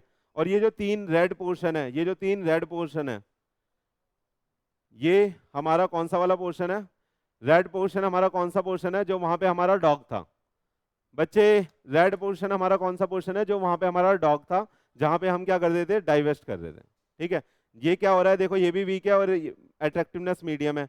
ये वीक वीक में तो आपको समझ ही आ जाएगा, वीक वीक में तो समझ ही आ जाएगा, कह रहा है ये एवरेज है लेकिन ये वीक है। क्लियर है। अब देखो इसे यहां से भी समझ लो। हाँ देखो आप यहां पे आओ, कह रहा है जो ग्रीन है, जो ग्रीन है, ग्रीन एरिया जो है वो क्या है, if a product fall in this section it is at advantageous position, strategy should be to invest expand and grow. देखो यहाँ पे भी सेम ही बना हुआ है, समझ में आ रहा है, आ रहा है नहीं आ रहा। कह रहा है ये कैसी सिचुएशन है, एडवांटेजियस है, यहाँ पे हमारा अट्रैक्टिवनेस कैसा है, हाई है, और ये स्ट्रांग है, तो ये तो बढ़िया ही है। कह रहा है अट्रैक्टिवनेस हाई है और हम एवरेज है, तो एक्सपेंड करेंगे, इन्वेस्ट करेंगे, यहाँ पे आएंगे, ठीक है। कह रहा है अट्रैक्टिवनेस मीडियम है लेकिन हमारी स्ट्रेंथ अच्छी है, तो अपने स्ट्रेंथ के बूते पे, अपने स्ट्रेंथ के बूते पे हम कहाँ पे पहुंचेंगे, स्ट्रांग पे पहुंचेंगे। समझ में आ रहा है नहीं आ रहा। येलो में क्या बोलता है, नीचे देखो आ जाओ, येलो में क्या बोलता है देखो, कह रहा है जहां पे येलो है वो क्या है, if a product fall in this section it need to be caution. कह रहा है appropriate strategy should be to hold the position. तो कह रहा है यहाँ पे बेटा, यहाँ पे कॉशन होने की जरूरत है, सावधान होने की जरूरत है, और यहाँ पे 50-50 चांसेस है कि आप पैसा बना पाओ और आप आगे जा पाओ या आप स्ट्रॉन्ग पोजीशन में पहुंच पाओ। आ रहा है या नहीं आ रहा, देखिएगा देखिएगा प्लीज। मार्केट अट्रैक्टिवनेस कैसी है, यहाँ पे हाई है, लेकिन आपकी स्ट्रेंथ कैसी है, अरे बोलो आपकी स्ट्रेंथ कैसी है मेरे बच्चे, बिल्कुल वीक है, ठीक है। मार्केट अट्रैक्टिवनेस और दोनों ही क्या है, आपकी एवरेज है, तो एवरेज वाली पोजीशन में 50-50 वैसे ही आ जाता है, एवरेज वाली पोजीशन में 50-50 वैसे ही आ जाता है। और अगर एक भी कोई इनमें से लो हो गया या वीक हो गया तो आप बोल दोगे कि हम येलो में, ठीक है। रेड वाला, ये वाला तो आपको समझ में आता ही है, वीक और लो आ रहा है, कम है और वीक है, और यहाँ पे क्या है, एवरेज है और लो है, ठीक है। एवरेज है और, प्लीज इधर बच्चों, एवरेज है और, एवरेज है और लो है, इसलिए ये रेड है। अगर एवरेज होता, सुनिएगा, यहाँ पे येलो क्यों है, क्योंकि दोनों एवरेज है, और यहाँ पे स्ट्रांग है, यहाँ पे लो है, क्योंकि एक स्ट्रांग है, इसके बलबूते काम बन सकता है। आ रहा है या नहीं आ रहा, ठीक है। यहाँ पे एक एवरेज है एक लो है, तो ज्यादा वीक सिचुएशन है, तो इसलिए रेड में डाल दिया, डाइवर्स्ट कर देंगे। यहाँ पे कह रहा है एवरेज है और एक स्ट्रेंथ भी नहीं है हमारे पास, एवरेज है और हमारे पास मतलब मीडियम है हमारी अट्रैक्टिवनेस, और हमारे पास स्ट्रेंथ भी नहीं है, तो वो भी हमारा रेड में आ जाता है। रेड देखो कौन सा होता है, कह रहा है इफ, कह रहा है if a product fall in this section it will eventually lead to loss, appropriate strategy should be to harvest, retrenchment, divest और liquidation। सही है। तो आपसे ये भी पूछा जा सकता है कि ग्रीन वाले केस में आप क्या करोगे, येलो वाले केस में आप क्या करोगे, और रेड वाले केस में आप क्या करोगे। समझ में आया नहीं आया,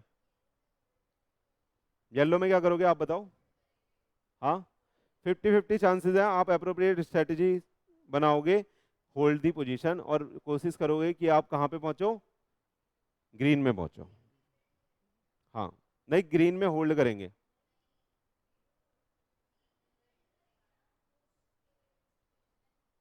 उसमें होल्ड करोगे ना, बिल्ड येलो में करोगे ना, बिल्ड करके ही तो ग्रीन में पहुंचोगे, ग्रीन पे तो होल्ड करना चाहोगे ना। आ जाओ पढ़ते हैं। अरे अभी यहाँ नहीं पढ़ा मॉडल में, इसमें यहाँ पे मॉडल में इस वाले में,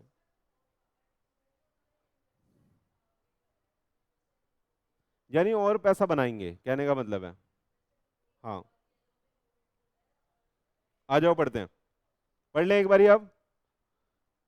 आ जाओ, जी मैट्रिक्स वैसे ऊपर ऊपर से समझ में आ गया नहीं आ गया, ये बताओ। जी मैट्रिक्स समझ में आ गया नहीं आ गया? अब अगर आप बुक से पढ़ोगे आपका बिल्कुल क्लियर हो जाएगा और ज्यादा।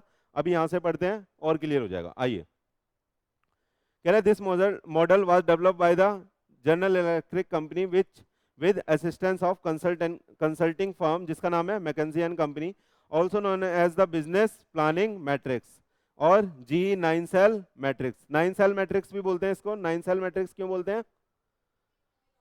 9 ब्लॉक थे वहां पे, जहां बाकी हमने वहां 4 पढ़े थे, है ना? देखना, नाम याद रखिएगा प्लीज, किसी भी नाम से पूछ लेगा आपसे।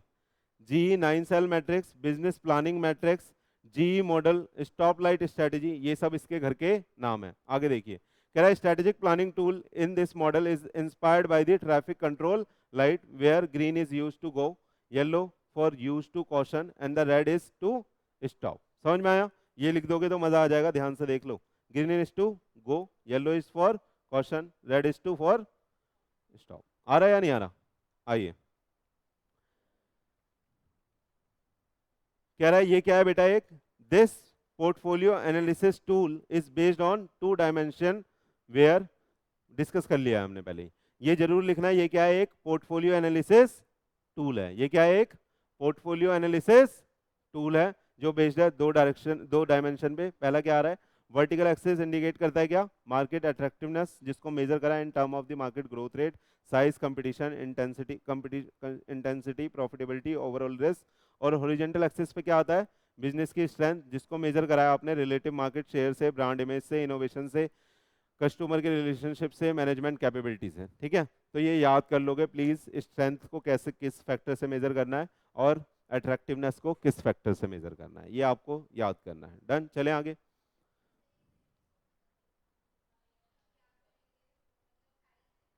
एक बार आ जाओ, कहाँ पे लिखा है?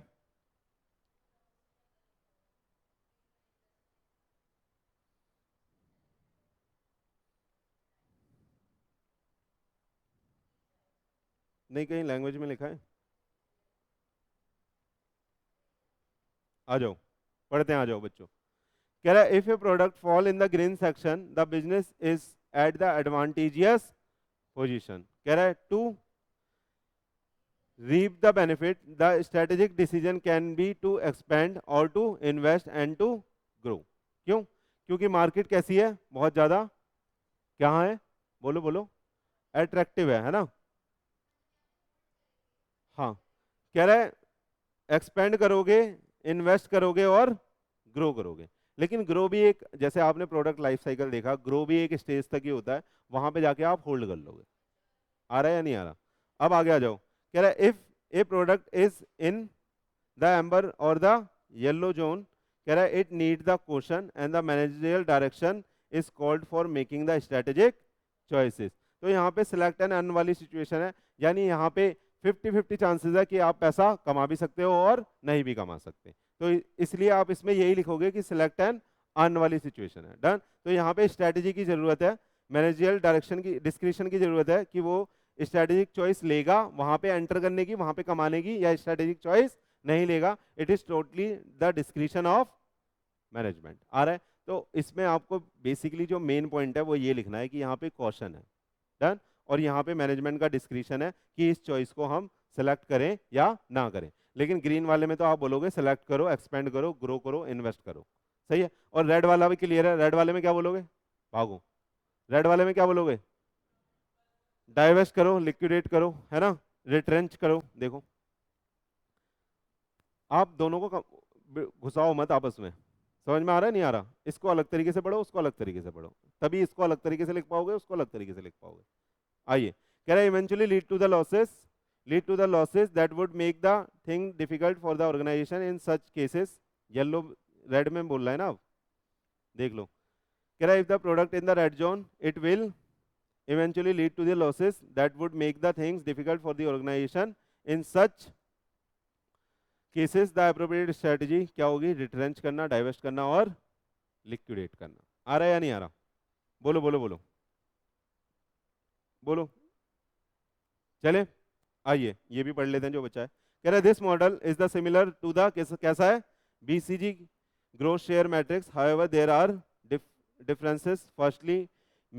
Firstly, market attractiveness replace the market growth as the dimension of the industry attractiveness and include a broader range of the factor that other than just the market rate। वही बोल रहा है कि वहाँ पे सिर्फ मार्केट ग्रोथ रेट को हमने तवज्जो दी थी, तो यहाँ पे और बहुत सारे फैक्टर हैं जिनको देखकर हम किसी की मार्केट अट्रैक्टिवनेस और मार्केट के स्ट्रेंथ को समझ सकते हैं।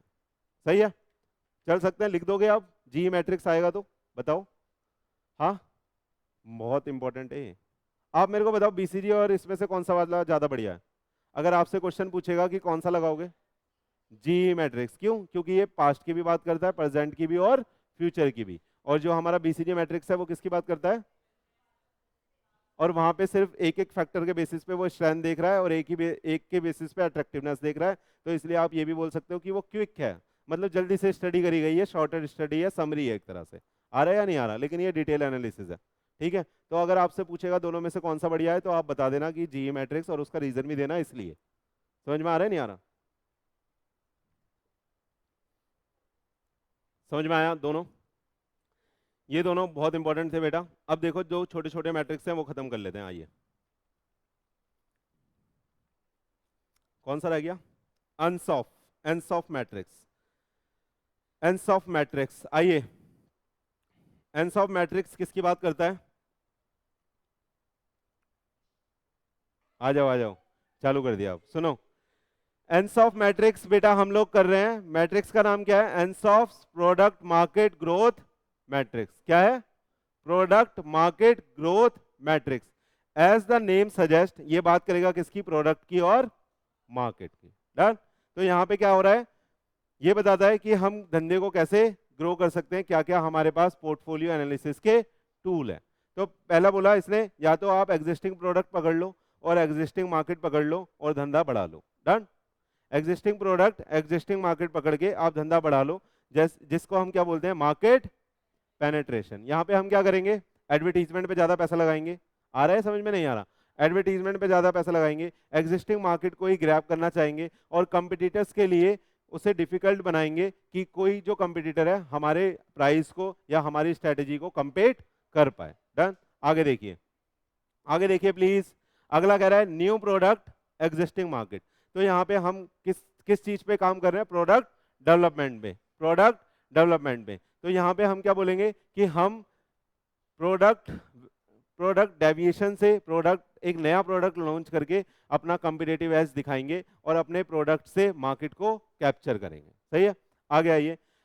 आप बोल सकते हो कि भैया हमारा जो एग्जिस्टिंग प्रोडक्ट है यहाँ पे हमने खेल लिया, मार्केट पेनेट्रेशन हमने कर लिया और बहुत पैसा बना लिया, तो अगली स्टेज क्या आएगी? आप क्या करोगे? Market development. एग्जिस्टिंग प्रोडक्ट के साथ आप किसी न्यू ज्योग्राफिकल एरिया में जाके एक्सप्लोर करोगे और पैसा बनाओगे। समझ में आ रहा है? बिजनेस बनाओगे, बिजनेस को बढ़ाओगे। जैसे कह रहा है shampoo in the sachet in the rural area. तो छोटे छोटे उन्होंने क्या करा? एक नए ज्योग्राफिकल एरिया में गए और अपने प्रोडक्ट की रीच को बढ़ाया। आगे देखिए, अगला क्या आ रहा है? न्यू प्रोडक्ट और न्यू मार्केट। यह है बच्चे बहुत ज्यादा डिफिकल्ट सिनारियो, जहां पे एक नई जगह पे जाके आपको अपने नए प्रोडक्ट को स्टैब्लिश करना है।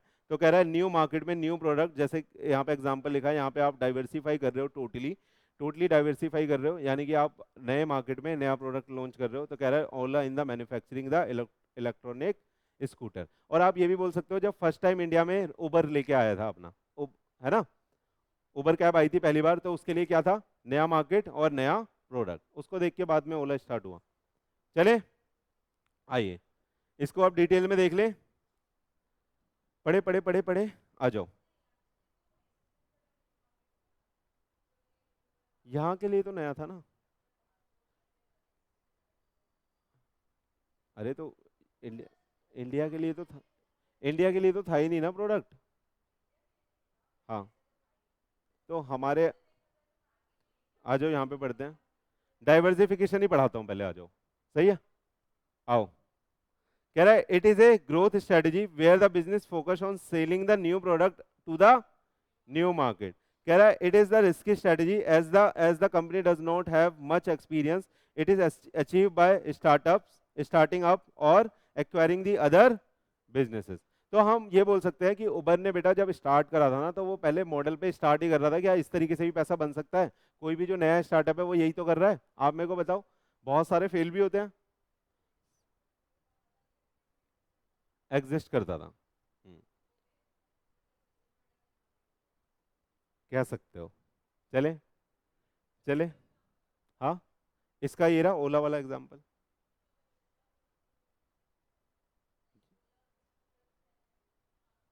इस केस में आप बोलोगे मार्केट एग्जिस्टिंग है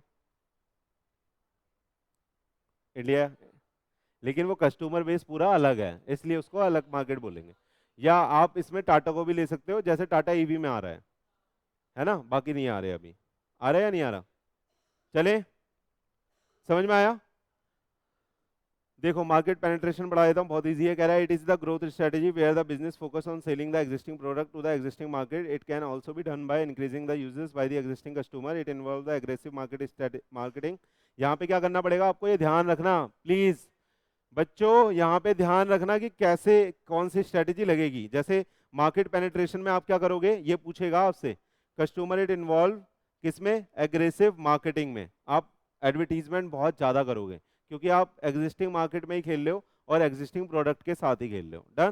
कह रहा है एग्रेसिव मार्केटिंग करोगे, greater spending on the advertisement होगा, a pricing strategy to make the market unattractive for the competitors. सही है, आगे आइए।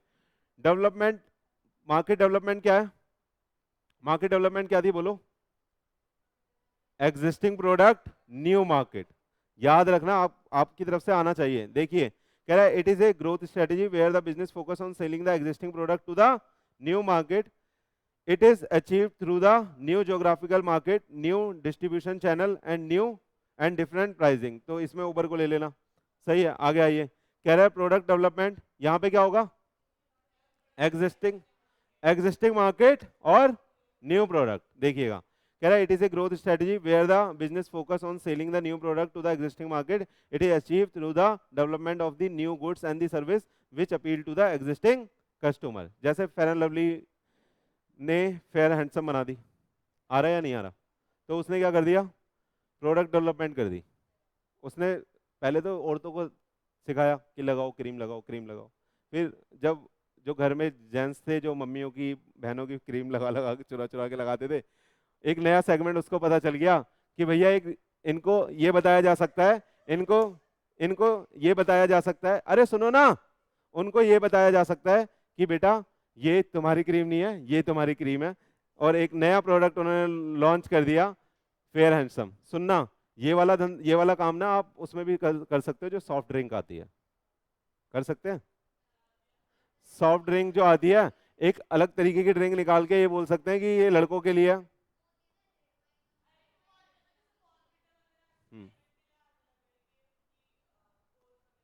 चले, दिमाग लग पा रहा है ना मतलब?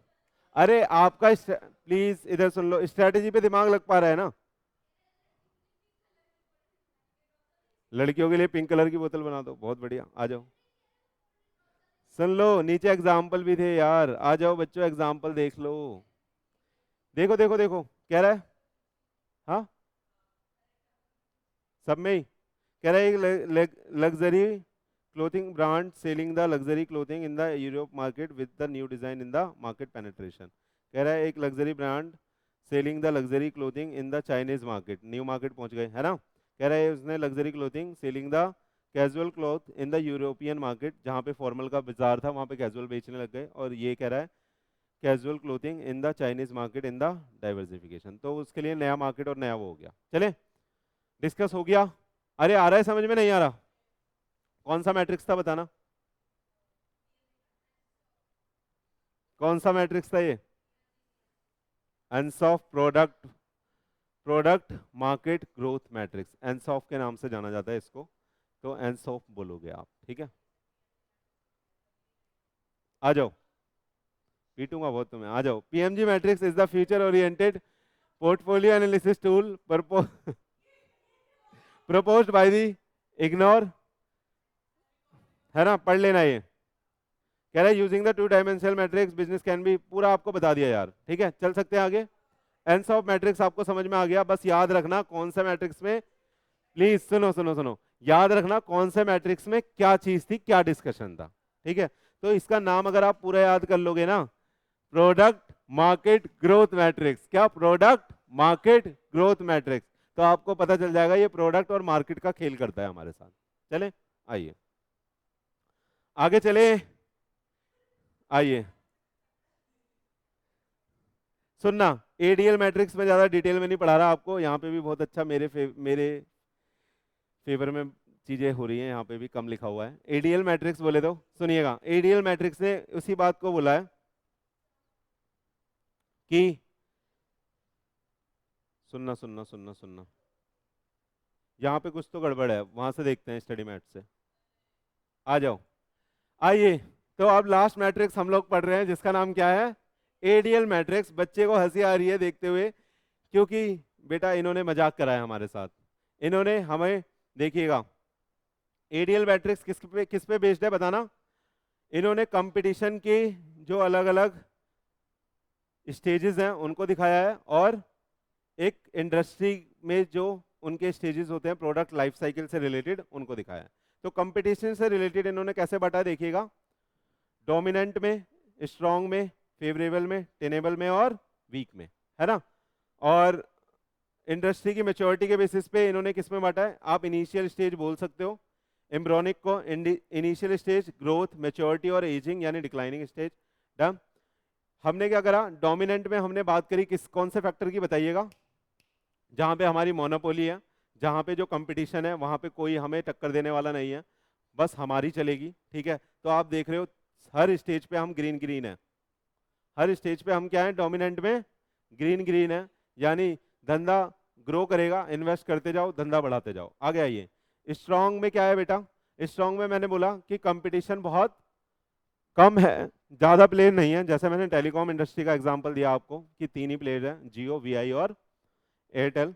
तो वहां पे भी लास्ट में मैच्योरिटी स्टेज में बस आपको देखना होगा कि मैच्योरिटी स्टेज में आपको क्या ढूंढना है, नीश ढूंढनी है, नीश को फाइंड करना है, होल्ड करना है और हार्वेस्ट करना है ना। बाकी तीनों जगह आप डिफ्रेंशिएट करोगे, लोअर कॉस्ट पे काम करोगे, फोकस करोगे, ग्रोथ पे ध्यान दोगे, है ना। नेक्स्ट आ रहा है सार्थक, फेवरेबल। नेक्स्ट आ रहा है फेवरेबल, फेवरेबल किसकी बात करता है, जहां पे कंपटीशन फेयर है, ठीक है, कोई एंट्री एग्जिट पे बैरियर नहीं है, और उतने कम प्लेयर भी नहीं है, कंपैरेटिवली ज्यादा प्लेयर हैं, जिसमें मैंने एग्जांपल दिया आपको किसका, ऑटोमोबाइल इंडस्ट्री का, है ना। और टेनेबल में दीदी ने एग्जांपल दिया था कि सर क्लोथिंग बिजनेस को उठा सकते हैं, जहां पे बहुत ही वैरायटी ऑफ प्रोडक्ट में जा सकते हैं, बहुत सारी कंपनियां हैं, एन नंबर ऑफ कंपनियां हैं, आप लिस्ट बनाओगे तो पूरा शीट भर दोगे आप, तो वहां पे जो कंपटीशन है वो बहुत ज़्यादा हो जाएगा और आप कहीं टिक नहीं पाओगे अगर स्टार्टिंग में धंधा स्टार्ट करोगे तो। और लास्ट हमने कौन सा पकड़ा, वीक, जहाँ पे मैंने बिस्किट का एग्जांपल दिया कि जितने भी बिस्किट जो मार्केट पकड़ चुके हैं और आपने एक नया बिस्किट तैयार करा, हालांकि पैसा कम लगेगा लेकिन आपका जो प्रोडक्ट है वो उतनी जल्दी मार्केट नहीं पकड़ पाएगा, तो उस केस में भी आपको नीश ढूंढनी होगी स्टार्टिंग में ही, है ना। और आपको ग्रो करना होगा, कैचअप करना होगा, ग्रो करना होगा, आपको वो एरिया ढूंढना होगा कि कहाँ पे आप जाके अपने प्रोडक्ट को स्टेबल कर सकते हो, कमा सकते हो, ग्रो कर सकते हो। आ रहा है नहीं आ रहा। इसके साथ हमारा एडीएल मैट्रिक्स खत्म होता है। एडीएल मैट्रिक्स की जो सिचुएशन है वो घर पे पढ़ लोगे आप, इतना इंपॉर्टेंट नहीं है मेरे हिसाब से, पूरा मैट्रिक्स तो नहीं पूछेगा, इसमें से 1 या 2 मार्क का ऑब्जेक्टिव जरूर आएगा, उस हिसाब से आपको पढ़ना है। मैं ये नहीं बोल रहा कि आप इसको पूरा रट लेना, लेकिन आप समझ लेना कि अगर आ भी जाए तो आप लिख पाओ। सही है, आगे चलते हैं। डन।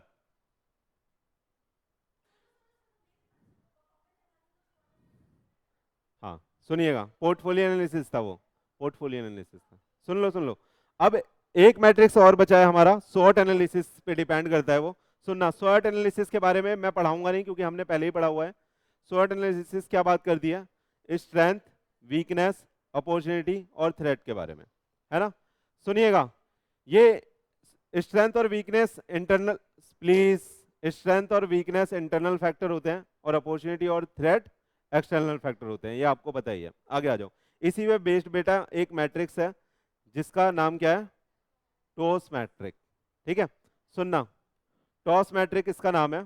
सुनना, बस ये कुछ नहीं कहता, बहुत इजी है, 2 मिनट लगेगा, देखना। ये कहता है इसने स्ट्रेंथ और वीकनेस को, इंटरनल फैक्टर को अलग लिख दिया और एक्सटर्नल फैक्टर को इधर लिख दिया, अपॉर्चुनिटी और थ्रेट। सही है। अब अपॉर्चुनिटी क्या है बताना, एक्सटर्नल फैक्टर है जिसको आप क्या कर सकते हो, मटेरियलाइज कर सकते हो अपने इंटरनल फैक्टर के साथ, दैट इज स्ट्रेंथ। आप अपना स्ट्रेंथ, अपनी स्ट्रेंथ को यूज करके अपॉर्चुनिटी को क्या कर सकते हो, ग्रैब कर सकते हो, बस वही समझाया। देखो, तो इसने इसको क्या बोला है, इस सिचुएशन को क्या बोला है, एस ओ, क्या बोला? स्ट्रेंथ और अपॉर्चुनिटी। देखो कह रहा है SO strategies use the strength to take the advantage of opportunity. खत्म हो गया। देखो और ये क्या है? वीकनेस, वीकनेस और अपॉर्चुनिटी। कह रहा है देखो WO strategy overcome the weakness by taking the advantage of opportunity. खत्म हो गया। है कुछ ये मैट्रिक्स कुछ है? बताओ। अगला क्या बोलता है? देखो एसटी बोले तो थ्रेट और स्ट्रेंथ। तो थ्रेट को ओवरकम कर लो अपनी स्ट्रेंथ से। देखो कह रहा है use the strength to avoid the threats. और लास्ट क्या है? WD, जो क्या बोलता है? वीकनेस और थ्रेट के बाद कहता है दोनों को मिनिमाइज करो। कह रहा है minimise the weakness and avoid the threat. खत्म हो गया। आ रहा है या नहीं आ रहा? बाकी सारा घर पे पढ़ लेना। ये सब पढ़ लोगे? पढ़ लोगे नहीं पढ़ लोगे? बोलो बोलो। एसओ में क्या करोगे आप? ये पढ़ लो बस, ये पढ़ लो। एसओ क्या है? Maxi maxi strategy. यहां पे क्या करोगे? एग्रेसिव स्ट्रेटजी फॉलो करोगे। वहां पे आप स्ट्रेंथ, आपकी स्ट्रेंथ भी अच्छी है, अपॉर्चुनिटी भी मिल रही है, तो ग्रैब करोगे फटाफट, है ना, मटेरियलाइज करोगे। देखो कह रहा है aggressive strategy that is SO is a position that any firm would like to achieve. कह रहा है company focus on how to use the strength to exploit the opportunity. और कह रहा है ये क्या है? एसटी। कह रहा है ये कंजर्वेटिव स्ट्रेटजी है, जहां पे क्या करना पड़ेगा? मैक्सी और मिनी स्ट्रेटजी है, जिसको क्या बोलते हैं? ST. In a position in which the firm strives to use its strength to minimise the threat. सही है? सेम बातें लिखी हैं, पढ़ लेना। सही है? अब लेते हैं 2 मिनट का ब्रेक, फिर बाकी का चैप्टर हम स्टार्ट करेंगे। हाँ लंच कर लो। सुनो बच्चों, अब चैप्टर 2 का हम बाकी का पोर्शन खत्म करने वाले हैं, जो ज्यादा कॉम्प्लेक्स नहीं है, बहुत ज़्यादा इजी है। बस हम पढ़ेंगे और आपको समझ में आ जाएगा, मतलब इसमें ज़्यादा दिमाग मारने की ज़रूरत नहीं है। लेकिन इंस्टीट्यूट क्योंकि कहीं से भी पूछ सकता है, इसलिए हम इसको भी ख़त्म कर रहे हैं, है ना। चैप्टर बहुत ज़्यादा वास्ट है, इसलिए हम इसको भी यहाँ से ख़त्म कर लेंगे, ताकि फिर घर पे आप अपना रिवीजन कर लो, है ना। ऐसा हर छोटे बच्चे को लगता है कि आइए कॉम्पिटिटिव स्ट्रेटजी समझ लो। सबसे पहले कॉम्पिटिटिव स्ट्रेटजी आप सोच के देखो क्या होगा। आप बताओ कॉम्पिटिटिव स्ट्रेटजी क्या होगा? जिसके हिसाब से आप कॉम्पिटिटिव एज ले पाओ और कंपटीशन का फायदा उठा पाओ, और जो एक फेयर कंपटीशन है उसके दायरे में रह के आप अच्छे से ग्रोथ कर पाओ, ग्रो कर पाओ, है ना। वही कॉम्पिटिटिव स्ट्रेटजी होगी। देखो कह रहा है today business environment is highly dynamic and continuously evolving. अगर हम कॉम्पिटिटिव स्ट्रेटजी नहीं बनाएंगे तो कहीं ना कहीं आपको ऐसा नहीं लगता कि हम पीछे छूट जाएंगे और हमारा जो कंपटीटर होगा वो आगे चला जाएगा, है ना। है या नहीं बताओ? तो कॉम्पिटिटिव स्ट्रेटजी बनाना बहुत ज़्यादा ज़रूरी है। देखिएगा, as the world is getting smaller and the competition is increasing, organization have increasing pressure to develop their business and strengthen its competitiveness to survive in the dynamic business environment। तो बताइए, कह रहा है competitive strategy consist of the long term plan and move to attract the customer and deliver value, withstand competitive pressure and strengthen the market share। तो ये फायदे हैं जिसकी जो कॉम्पिटिटिव स्ट्रेटजी बनाने से होंगे। देखो क्या है, कह रहा है objective of competitive strategy its help to create the competitive advantage. Competitive advantage बोले तो कोई ऐसा काम जो आपका कंपटीटर करने का सोच रहा है और आपने उसको पहले ही कर दिया, या जो आपका कंपटीटर है उसको आपने वो करने का मौका पहले नहीं दिया, बाद में तो वो कर ही लेगा आपको देख के। आ रहा है या नहीं आ रहा? आगे आइए, कह रहा है इंक्रीज द मार्केट शेयर। तो कॉम्पिटिटिव स्ट्रेटजी से आप मार्केट शेयर इंक्रीज कर सकते हो, क्योंकि कंपटीटर नहीं कर पाएगा, आप कर पाओगे तो आपका मार्केट शेयर ऑब्वियसली बढ़ जाएगा। आइए, एंड बीट द कंपटीशन। चले देखना एग्जांपल। कह रहा है कॉस्ट लीडरशिप स्ट्रेटजी लगा सकते हो आप, डिफरेंशिएशन स्ट्रेटजी लगा सकते हो, फोकस स्ट्रेटजी लगा सकते हो कंपटीशन को बीट आउट करने के लिए। देखिएगा, competitive strategy of a firm is based on the several external factor like economic and technical component।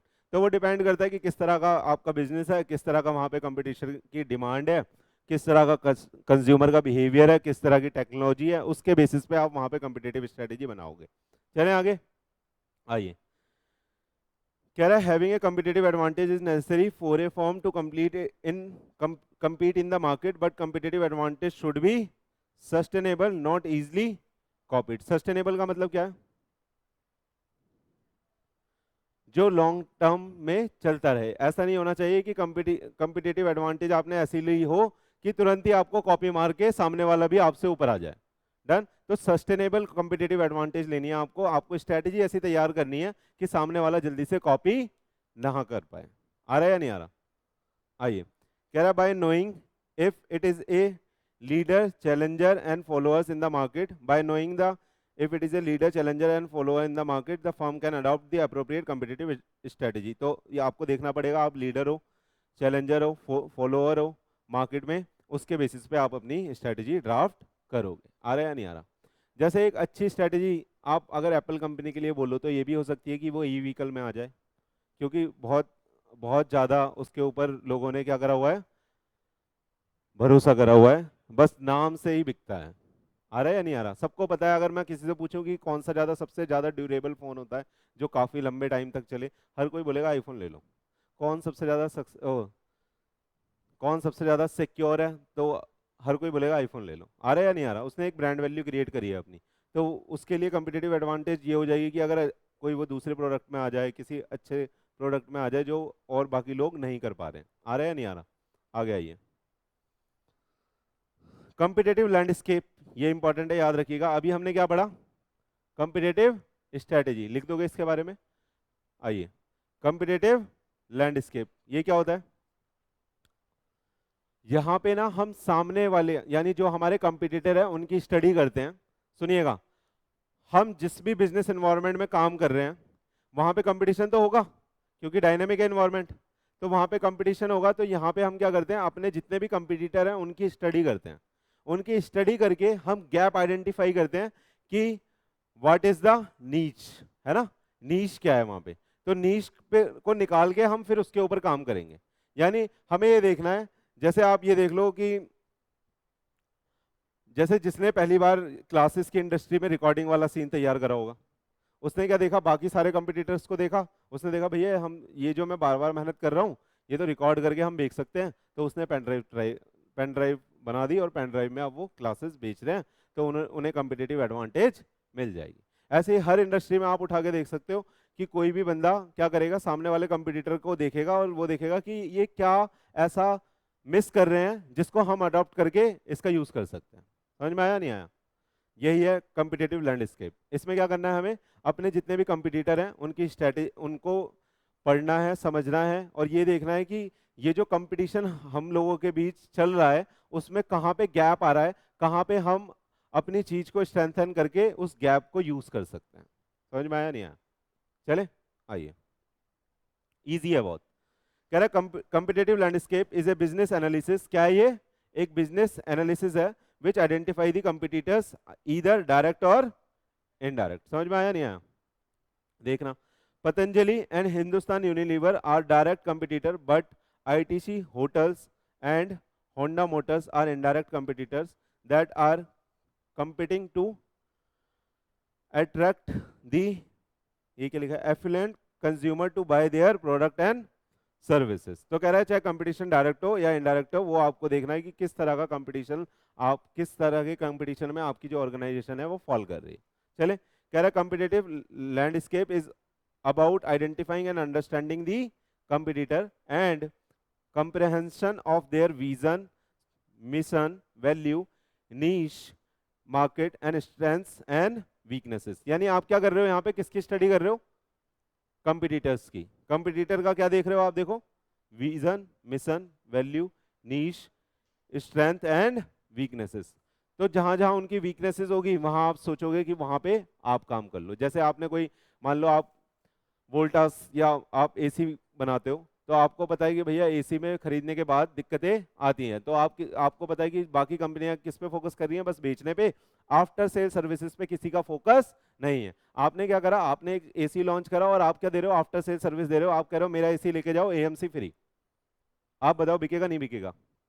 बहुत बिकेगा, क्योंकि बहुत ज्यादा कंप्लेन आती है। अब वो क्राइटेरिया अलग है कि सर इसको ओवरकम कैसे करेंगे, कि सर कॉस्टिंग कैसे निकालेंगे इसकी, वो एक अदर एस्पेक्ट है, मैं आपको बता रहा हूँ जस्ट फॉर एग्जांपल। आ रहा है या नहीं आ रहा? चले चले आइए। कह रहा है understanding competitive landscape enable a firm to develop the competitive strategy to give the competitive advantage. आगे आ जाओ। Understanding of competitive landscape require the application of competitive intelligence. आइए, तो नॉर्मल नॉर्मल बातें हैं, बहुत आसानी से आपको समझ में आ जाएगा सारा टॉपिक। कह रहा है step to understand the competitive landscape. अब इसके स्टेप्स बताए गए हैं कि कैसे आप एक कॉम्पिटिटिव लैंडस्केप को अंडरस्टैंड करोगे। सही है, यानी कैसे आप एक कॉम्पिटिटिव लैंडस्केप तैयार करोगे। देखना, सबसे पहले आप आइडेंटिफाई करोगे आपका कॉम्पिटिटर कौन है। अरे आप धंधा कर रहे हो, आप बिजनेस कर रहे हो, लेट सपोज आप ऑटोमोबाइल इंडस्ट्री में हो, तो आप आइडेंटिफाई करोगे कि सर टाटा मोटर हो गया, महिंद्रा हो गया, किया हो गया, है ना, और वॉक्सवैगन हो गया, ये सब जितनी भी गाड़ियां बनाने की कंपनी है, ये सब क्या हो गए, आपके कंपटीटर हो गए। ठीक है, कह रहा है need to identify the competitors in the firm industry and their actual market share. This answer the question who are the competitor and how big are दे।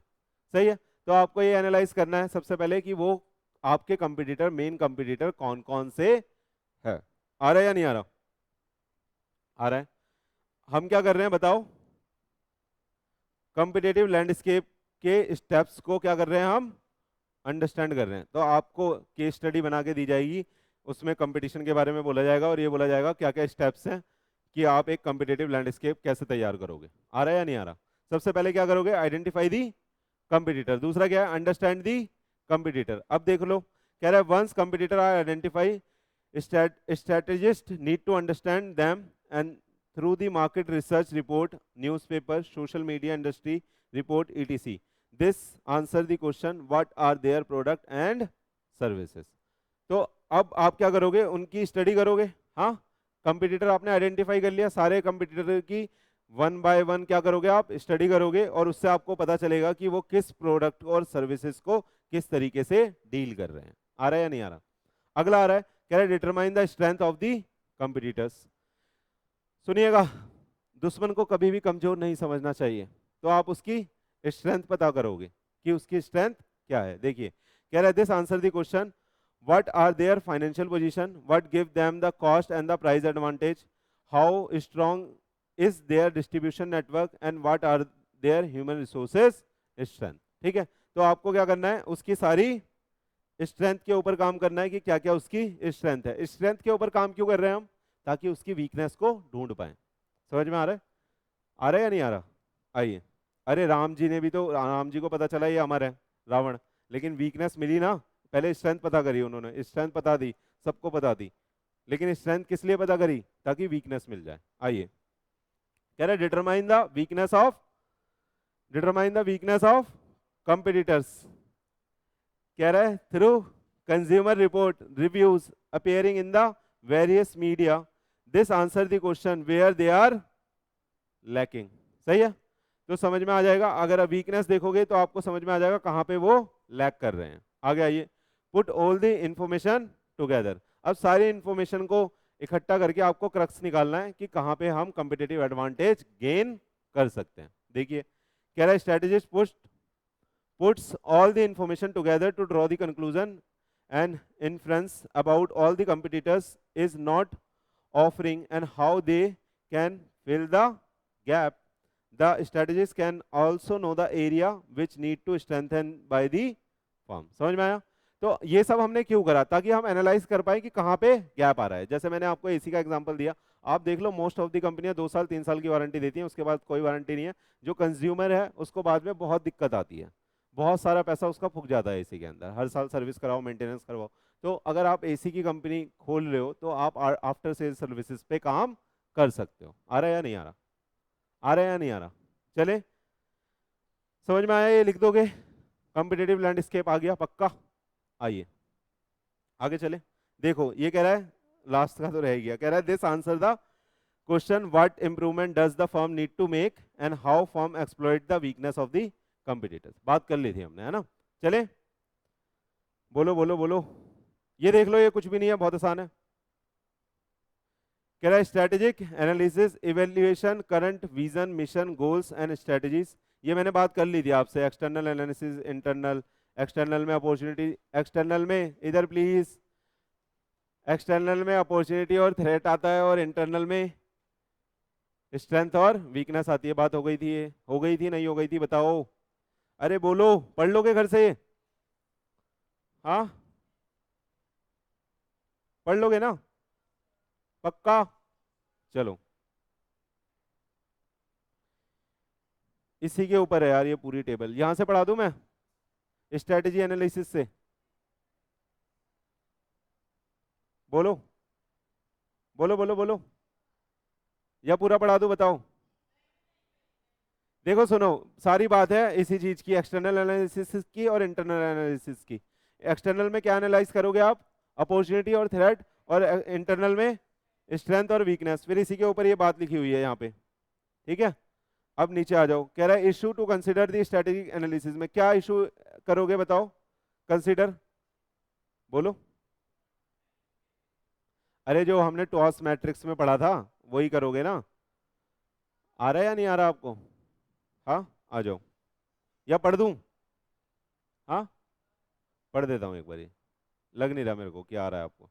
कह रहा है issue to consider the strategic analysis, कह रहा है strategy evolve over a period of time. देखिएगा, कह रहा है strategy of a firm is a result of series of small decision taken over an extended period of time. Strategy evolve from the experience need and need the constant review and revision as the result start showing up, thus it involve over a period of time. तो कह रहा है अब आपने analysis कर ली strength पे, weakness पे, opportunity पे, थ्रेट पे, तो उसके बाद आप ये काम करोगे, है ना?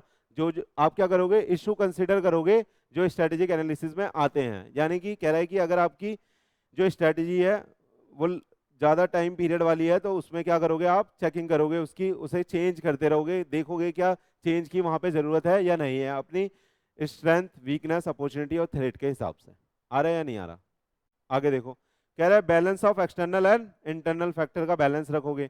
बहुत ईजी है, कह रहा है strategy formulation involve the matching the internal strength, internal strength को and weaknesses with the external opportunity and threat. तो वही है टॉस मैट्रिक्स में जो आप करते हो। चलें आगे, आगे देखो, एग्जाम्पल पढ़ दूं ये वाला, समझ में आ जाएगा। कह रहा है there are may be pressure to enter into the enter a new product due to high growth potential, while there are maybe constraint like lack of fund. So in reality the perfect match between them is not possible, hence the strategic analysis uses the workable balance. तो वो देख लोगे कि आप workable balance कर लोगे, यानी वहां पे फंड का अरेंजमेंट करोगे और यूज करोगे उसको। आ रहा है या नहीं आ रहा? आ जाओ, रिस्क देख लो अब। कह रहा है competitive market, globalisation, booms and the recession, technology advancement etc affect the business and pose the risk. ये सब रिस्क है, बोलो। Various strategic risk are as follows. तो ये एक्सटर्नल और इंटरनल रिस्क अलग अलग बांटे गए हैं शॉर्ट टर्म और लॉन्ग टर्म बेसिस पे, ठीक है? देखो एक्सटर्नल क्या है? Error in interpreting the environment that cause the strategic failure. ये कहां पे हुआ? नैनो आई थी, टाटा? क्यों हंसी आ रही है आपको? टाटा नैनो आई थी, टाटा नैनो। हाँ लेकिन ना सुनना, टाटा नैनो टाटा साहब ने, रतन टाटा, सुन लीजिए प्लीज, टाटा नैनो रतन टाटा जी ने किस लिए लॉन्च करी थी? उन्होंने एक बार देखा था कि एक पूरी फैमिली टू व्हीलर पे जा रही थी और उसमें उन्होंने देखा कि उनकी जो लाइफ को बहुत ज़्यादा खतरा है, तो उन्होंने इस कंसेप्ट के ऊपर कि किसी को ऐसे जाना ना पड़े, वो लाइफ को अपने रिस्क पे ना डाल के ना जाए, तो उन्होंने टाटा नैनो लॉन्च करी। लेकिन लोगों ने उसकी इंटरप्रिटेशन क्या निकाल दी? सस्ती होती है, इससे अच्छा तो बाइक ही ले लो। ये लोगों की इंटरप्रिटेशन थी, ठीक है? नैनो आई, चली मार्केट में, देखा डब्बा कहने लग गए लोग। कोई कह रहा है कि भैया नैनो से अच्छा की गाड़ी मत लो, कोई कह रहा है कि नैनो से अच्छा स्प्लेंडर ले लो, ठीक है? तो इंटरप्रिटेशन ऐसे निकल गई जिसकी वजह से क्या हो गया? स्ट्रेटेजिक फेलियर हो गया। आ रहा समझ में नहीं आ रहा? क्यों हुआ? क्योंकि लोगों ने इंटरप्रिटेशन गलत निकाल ली। जो आप थॉट रखते थे, जो आप एक इन्वायरमेंट देना चाहते थे उस गाड़ी से, वो इन्वायरमेंट पूरी सोसाइटी में नहीं फैला। समझ में आया नहीं आया? आगे देखिए, कह रहा है changes in the environment lead to obsolescence of strategy. आपने कोई पहले स्ट्रेटेजी बनाई थी, पहले जो आप पुरानी कोई गाड़ी भी उठा सकते हो कि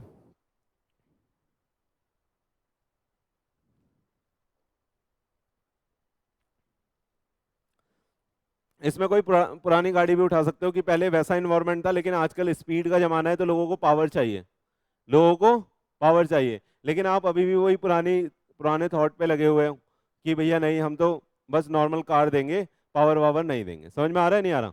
तो कह रहा है इस चीज में आपकी जो स्ट्रेटेजी है वो फेल हो जाएगी अगर आप एनवायरनमेंट के हिसाब से अपने आप को चेंज नहीं करोगे। आप फैशन इंडस्ट्री में इसको लगा के देख सकते हो। जैसे पहले बेल बॉटम पैंट चलती थी, ट्राउजर्स चलते थे, अगर फैशन आ गया आप नैरो पैंट का, अगर आप नैरो नहीं बना के दोगे तो नहीं खरीदेगा। सही है, जो कंज्यूमर है वो नहीं खरीदेगा, क्योंकि आप अगर आपको फैशन के हिसाब से चलना पड़ेगा, जो इंडस्ट्री का ट्रेंड है उसके हिसाब से चलना पड़ेगा। यानी रेगुलर आपको लॉन्ग टर्म स्ट्रैटेजी पे काम करना पड़ेगा कि अगर वो चेंज डिमांड कर रही है अकॉर्डिंग टू आपने जो एनालिसिस करी है अपॉर्चुनिटी थ्रेट की, जो स्वॉट एनालिसिस करी है, अगर उस एनालिसिस के हिसाब से आप चेंज नहीं करोगे तो आपका स्ट्रैटेजिक फेलियर हो सकता है। समझ में आया? इंटरनल देख लो, कह रहा है organisational capacity is unable to cope up with the demand. क्या बात हो रही है? इंटरनल देख लो, कह रहा है शॉर्ट टर्म में ऑर्गेनाइजेशन की कैपेसिटी नहीं है कॉप अप करना विद द डिमांड। तो भैया ये भी एक तरह का रिस्क है, अगर आप डिमांड है मार्केट में तो आपको उस पर काम करना पड़ेगा, डिमांड को मैट आउट करोगे तभी आपके बिजनेस की ग्रोथ होगी, अदरवाइज ग्रोथ नहीं होगी। अगर आ रहा है inconsistency with the long term में देखिएगा इंटरनल, लॉन्ग टर्म में इंटरनल देखिएगा, कह रहा है inconsistency with the strategy is developed on the account of change in the internal capacity. क्या आ रहा है? आप स्ट्रेटेजी नहीं बदल पा रहे क्योंकि आपकी कैपेसिटी ही नहीं है इतनी कि आप चेंजेस को अडॉप्ट कर पाओ, आप पे इतना फंड नहीं है, आप पे इतना पैसा नहीं है, आप पे इतना ह्यूमन रिसोर्स नहीं है, आप पे उस नेचर के लोग नहीं है। समझ में आ रहा है या नहीं आ रहा? चलें आगे। अब देखना, कह रहा है फ्रेमवर्क ऑफ स्ट्रेटेजिक एनालिसिस, वही है, सेम है, देखिएगा क्या बात कर रहा है। कह रहा है स्ट्रेटेजिक एनालिसिस कैसे करोगे, बोलो बोलो, कैसे कैसे करोगे? एक्सटर्नल एनालिसिस करोगे और इंटरनल एनालिसिस करोगे। सुनना इधर प्लीज, इंटरनल में आप क्या चेक करोगे? आपकी परफॉर्मेंस है ना, और डिटर्मिनेंट्स एनालिसिस करोगे अपनी परफॉर्मेंस। तो आपको पता चल गया परफॉर्मेंस बोले तो प्रॉफिटेबिलिटी कैसी है आपकी, आप सेल मेट आउट कर पा रहे हो अपने टारगेट के हिसाब से या नहीं कर पा रहे, कंज्यूमर सेटिस्फेक्शन दे पा रहे हो या नहीं दे पा रहे, प्रोडक्ट क्वालिटी कैसी है आपकी, रिलेटिव कॉस्ट कैसी है, न्यू प्रोडक्ट लॉन्च कर रहे हो या नहीं कर रहे, ह्यूमन रिसोर्सेज कैसे हैं आपके। तो ये कैसी स्टडी हो गई? इंटरनल एनालिसिस हो गई। आ रहा है या नहीं आ रहा? इंटरनल एनालिसिस में देखो डिटर्मिनेंट्स एनालिसिस करोगे, करोगे पास्ट एंड करंट स्ट्रेटेजी क्या थी आपकी, ये डिटर्मिनेंट्स पे बात करोगे, है ना। स्ट्रेटेजिक प्रॉब्लम क्या आई थी, ऑर्गेनाइजेशन की कैपेबिलिटी कैसी है, कंस्ट्रेन क्या क्या है, financial resources strength and weaknesses क्या क्या है। तो ये यहाँ पे कैसे एनालिसिस कर रहे हो आप? अपनी एनालिसिस यानी इंटरनल एनालिसिस कर रहे हो। एक्सटर्नल में किसकी एनालिसिस करोगे? बोलो बोलो, आउटसाइडर। इसमें अपॉर्चुनिटी और थ्रेट देखोगे। यहाँ पे क्या देखा है आपने, देखो पहले इधर वाला पढ़ा रहा था ना, ये वाला देखो, कह रहा है strategic strength, weaknesses, problem, constraint and uncertainties, ये सब देखोगे यहाँ पे, ठीक है, देखिएगा। और फिर आप कैसे स्टडी करोगे? एक्सटर्नल, एक्सटर्नल में क्या देखोगे? कंज्यूमर एनालिसिस करोगे, कंपटीटर की एनालिसिस करोगे, मार्केट की एनालिसिस करोगे और एनवायरमेंटल एनालिसिस करोगे। कंज्यूमर की एनालिसिस बोले तो सेगमेंट क्या है, मोटिवेशन क्या है और अनमेट नीड्स क्या है, क्या क्या और तरीके से, किस किस और तरीके से हम कंज्यूमर को अट्रैक्ट कर सकते हैं। समझ में आया नहीं आया? हाँ, देखिए कंपटीटर एनालिसिस में क्या देखोगे आप? स्ट्रेटेजिक ग्रुप कैसे हैं, परफॉर्मेंस कैसी है उनकी, ऑब्जेक्टिव कैसे हैं, स्ट्रेटेजीज क्या है, कल्चर क्या है हमारा, कॉस्ट स्ट्रक्चर कैसा है। तो वो कंपटीटर के साथ अपना मैच करके देखोगे, चेक करके देखोगे। मार्केट एनालिसिस करोगे, size, growth, profitability, entry barriers वगैरह, ठीक है। इन्वायरमेंटल एनालिसिस में technological, governmental, economic, culture and demographic analysis करोगे। इससे आपको क्या पता चलेगा, देखना, बोलो, अरे बोलो बच्चों, अपॉर्चुनिटी और थ्रेट। इससे क्या पता चली? स्ट्रेंथ और वीकनेस। इससे अपॉर्चुनिटी और threat, trends and strategic uncertainty. अब आपको ये सारी चीज़ें जो कमियां हैं आपने यहाँ से आइडेंटिफाई कर ली, जो जो फायदे हैं जो आप ग्रैब कर सकते हो वो आइडेंटिफाई कर लिए। तो क्या करोगे आप? स्ट्रेटेजी आइडेंटिफिकेशन एंड सिलेक्शन करोगे। कैसे करोगे? आइडेंटिफाई करोगे स्ट्रेटेजिक अल्टरनेटिव्स, सेलेक्ट करोगे एक स्ट्रेटेजी, इंप्लीमेंट करोगे ऑपरेटिंग प्लान एंड रिव्यू करोगे अपनी स्ट्रेटेजी को। समझ में आया या नहीं आया? ठीक है, तो ये पूरा क्या था बच्चे? फ्रेमवर्क था एक स्ट्रेटेजिक एनालिसिस का। सही है, तो इंटरनल एक्सटर्नल बता दोगे, अपॉर्चुनिटी थ्रेट ढूंढना। इंटरनल में क्या क्या चेक करना है बताना? परफॉर्मेंस और डिटर्मिनेंट्स। परफॉर्मेंस में क्या? Profitability, sales, consumer consumer satisfaction, product quality, cost, new product. और डिटर्मिनेंट्स में क्या? क्या पास्ट ट्रेंड रहे हैं, करंट स्ट्रेटेजी क्या चल रही है, कोई स्ट्रेटेजिक प्रॉब्लम तो नहीं आई, ऑर्गेनाइजेशन की कैपेसिटी कैसी है, फाइनेंशियल हमारी हेल्थ कैसी है। आ रहा है या नहीं आ रहा समझ में? एक्सटर्नल में कंज्यूमर, कंपटीटर, मार्केट और मार्केट और एनवायरमेंटल एनालिसिस। चलते जाओ सर, चलो। आ रहा है या नहीं आ रहा? हाँ, ये घर से पढ़ लेना अगला।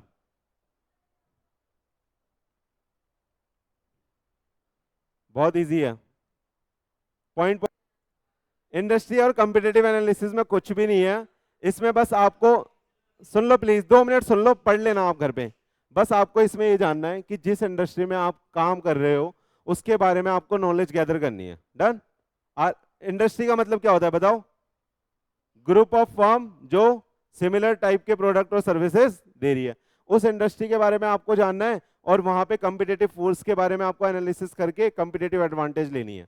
बस इन 3 चीजों से रिलेटेड सारी चीजें यहाँ पे लिखी हुई हैं। डन। तो ये आपका होमवर्क है, ये घर से पढ़ोगे। हम कल वैल्यू चेन एनालिसिस पढ़ेंगे और उसके बाद हम तीसरा चैप्टर स्टार्ट करेंगे। कोर कंपिटेंसी वाला हिस्सा हम सारे चैप्टर खत्म करने के बाद पढ़ लेंगे। डन। चलो आज के लिए इतना ही था, थैंक यू।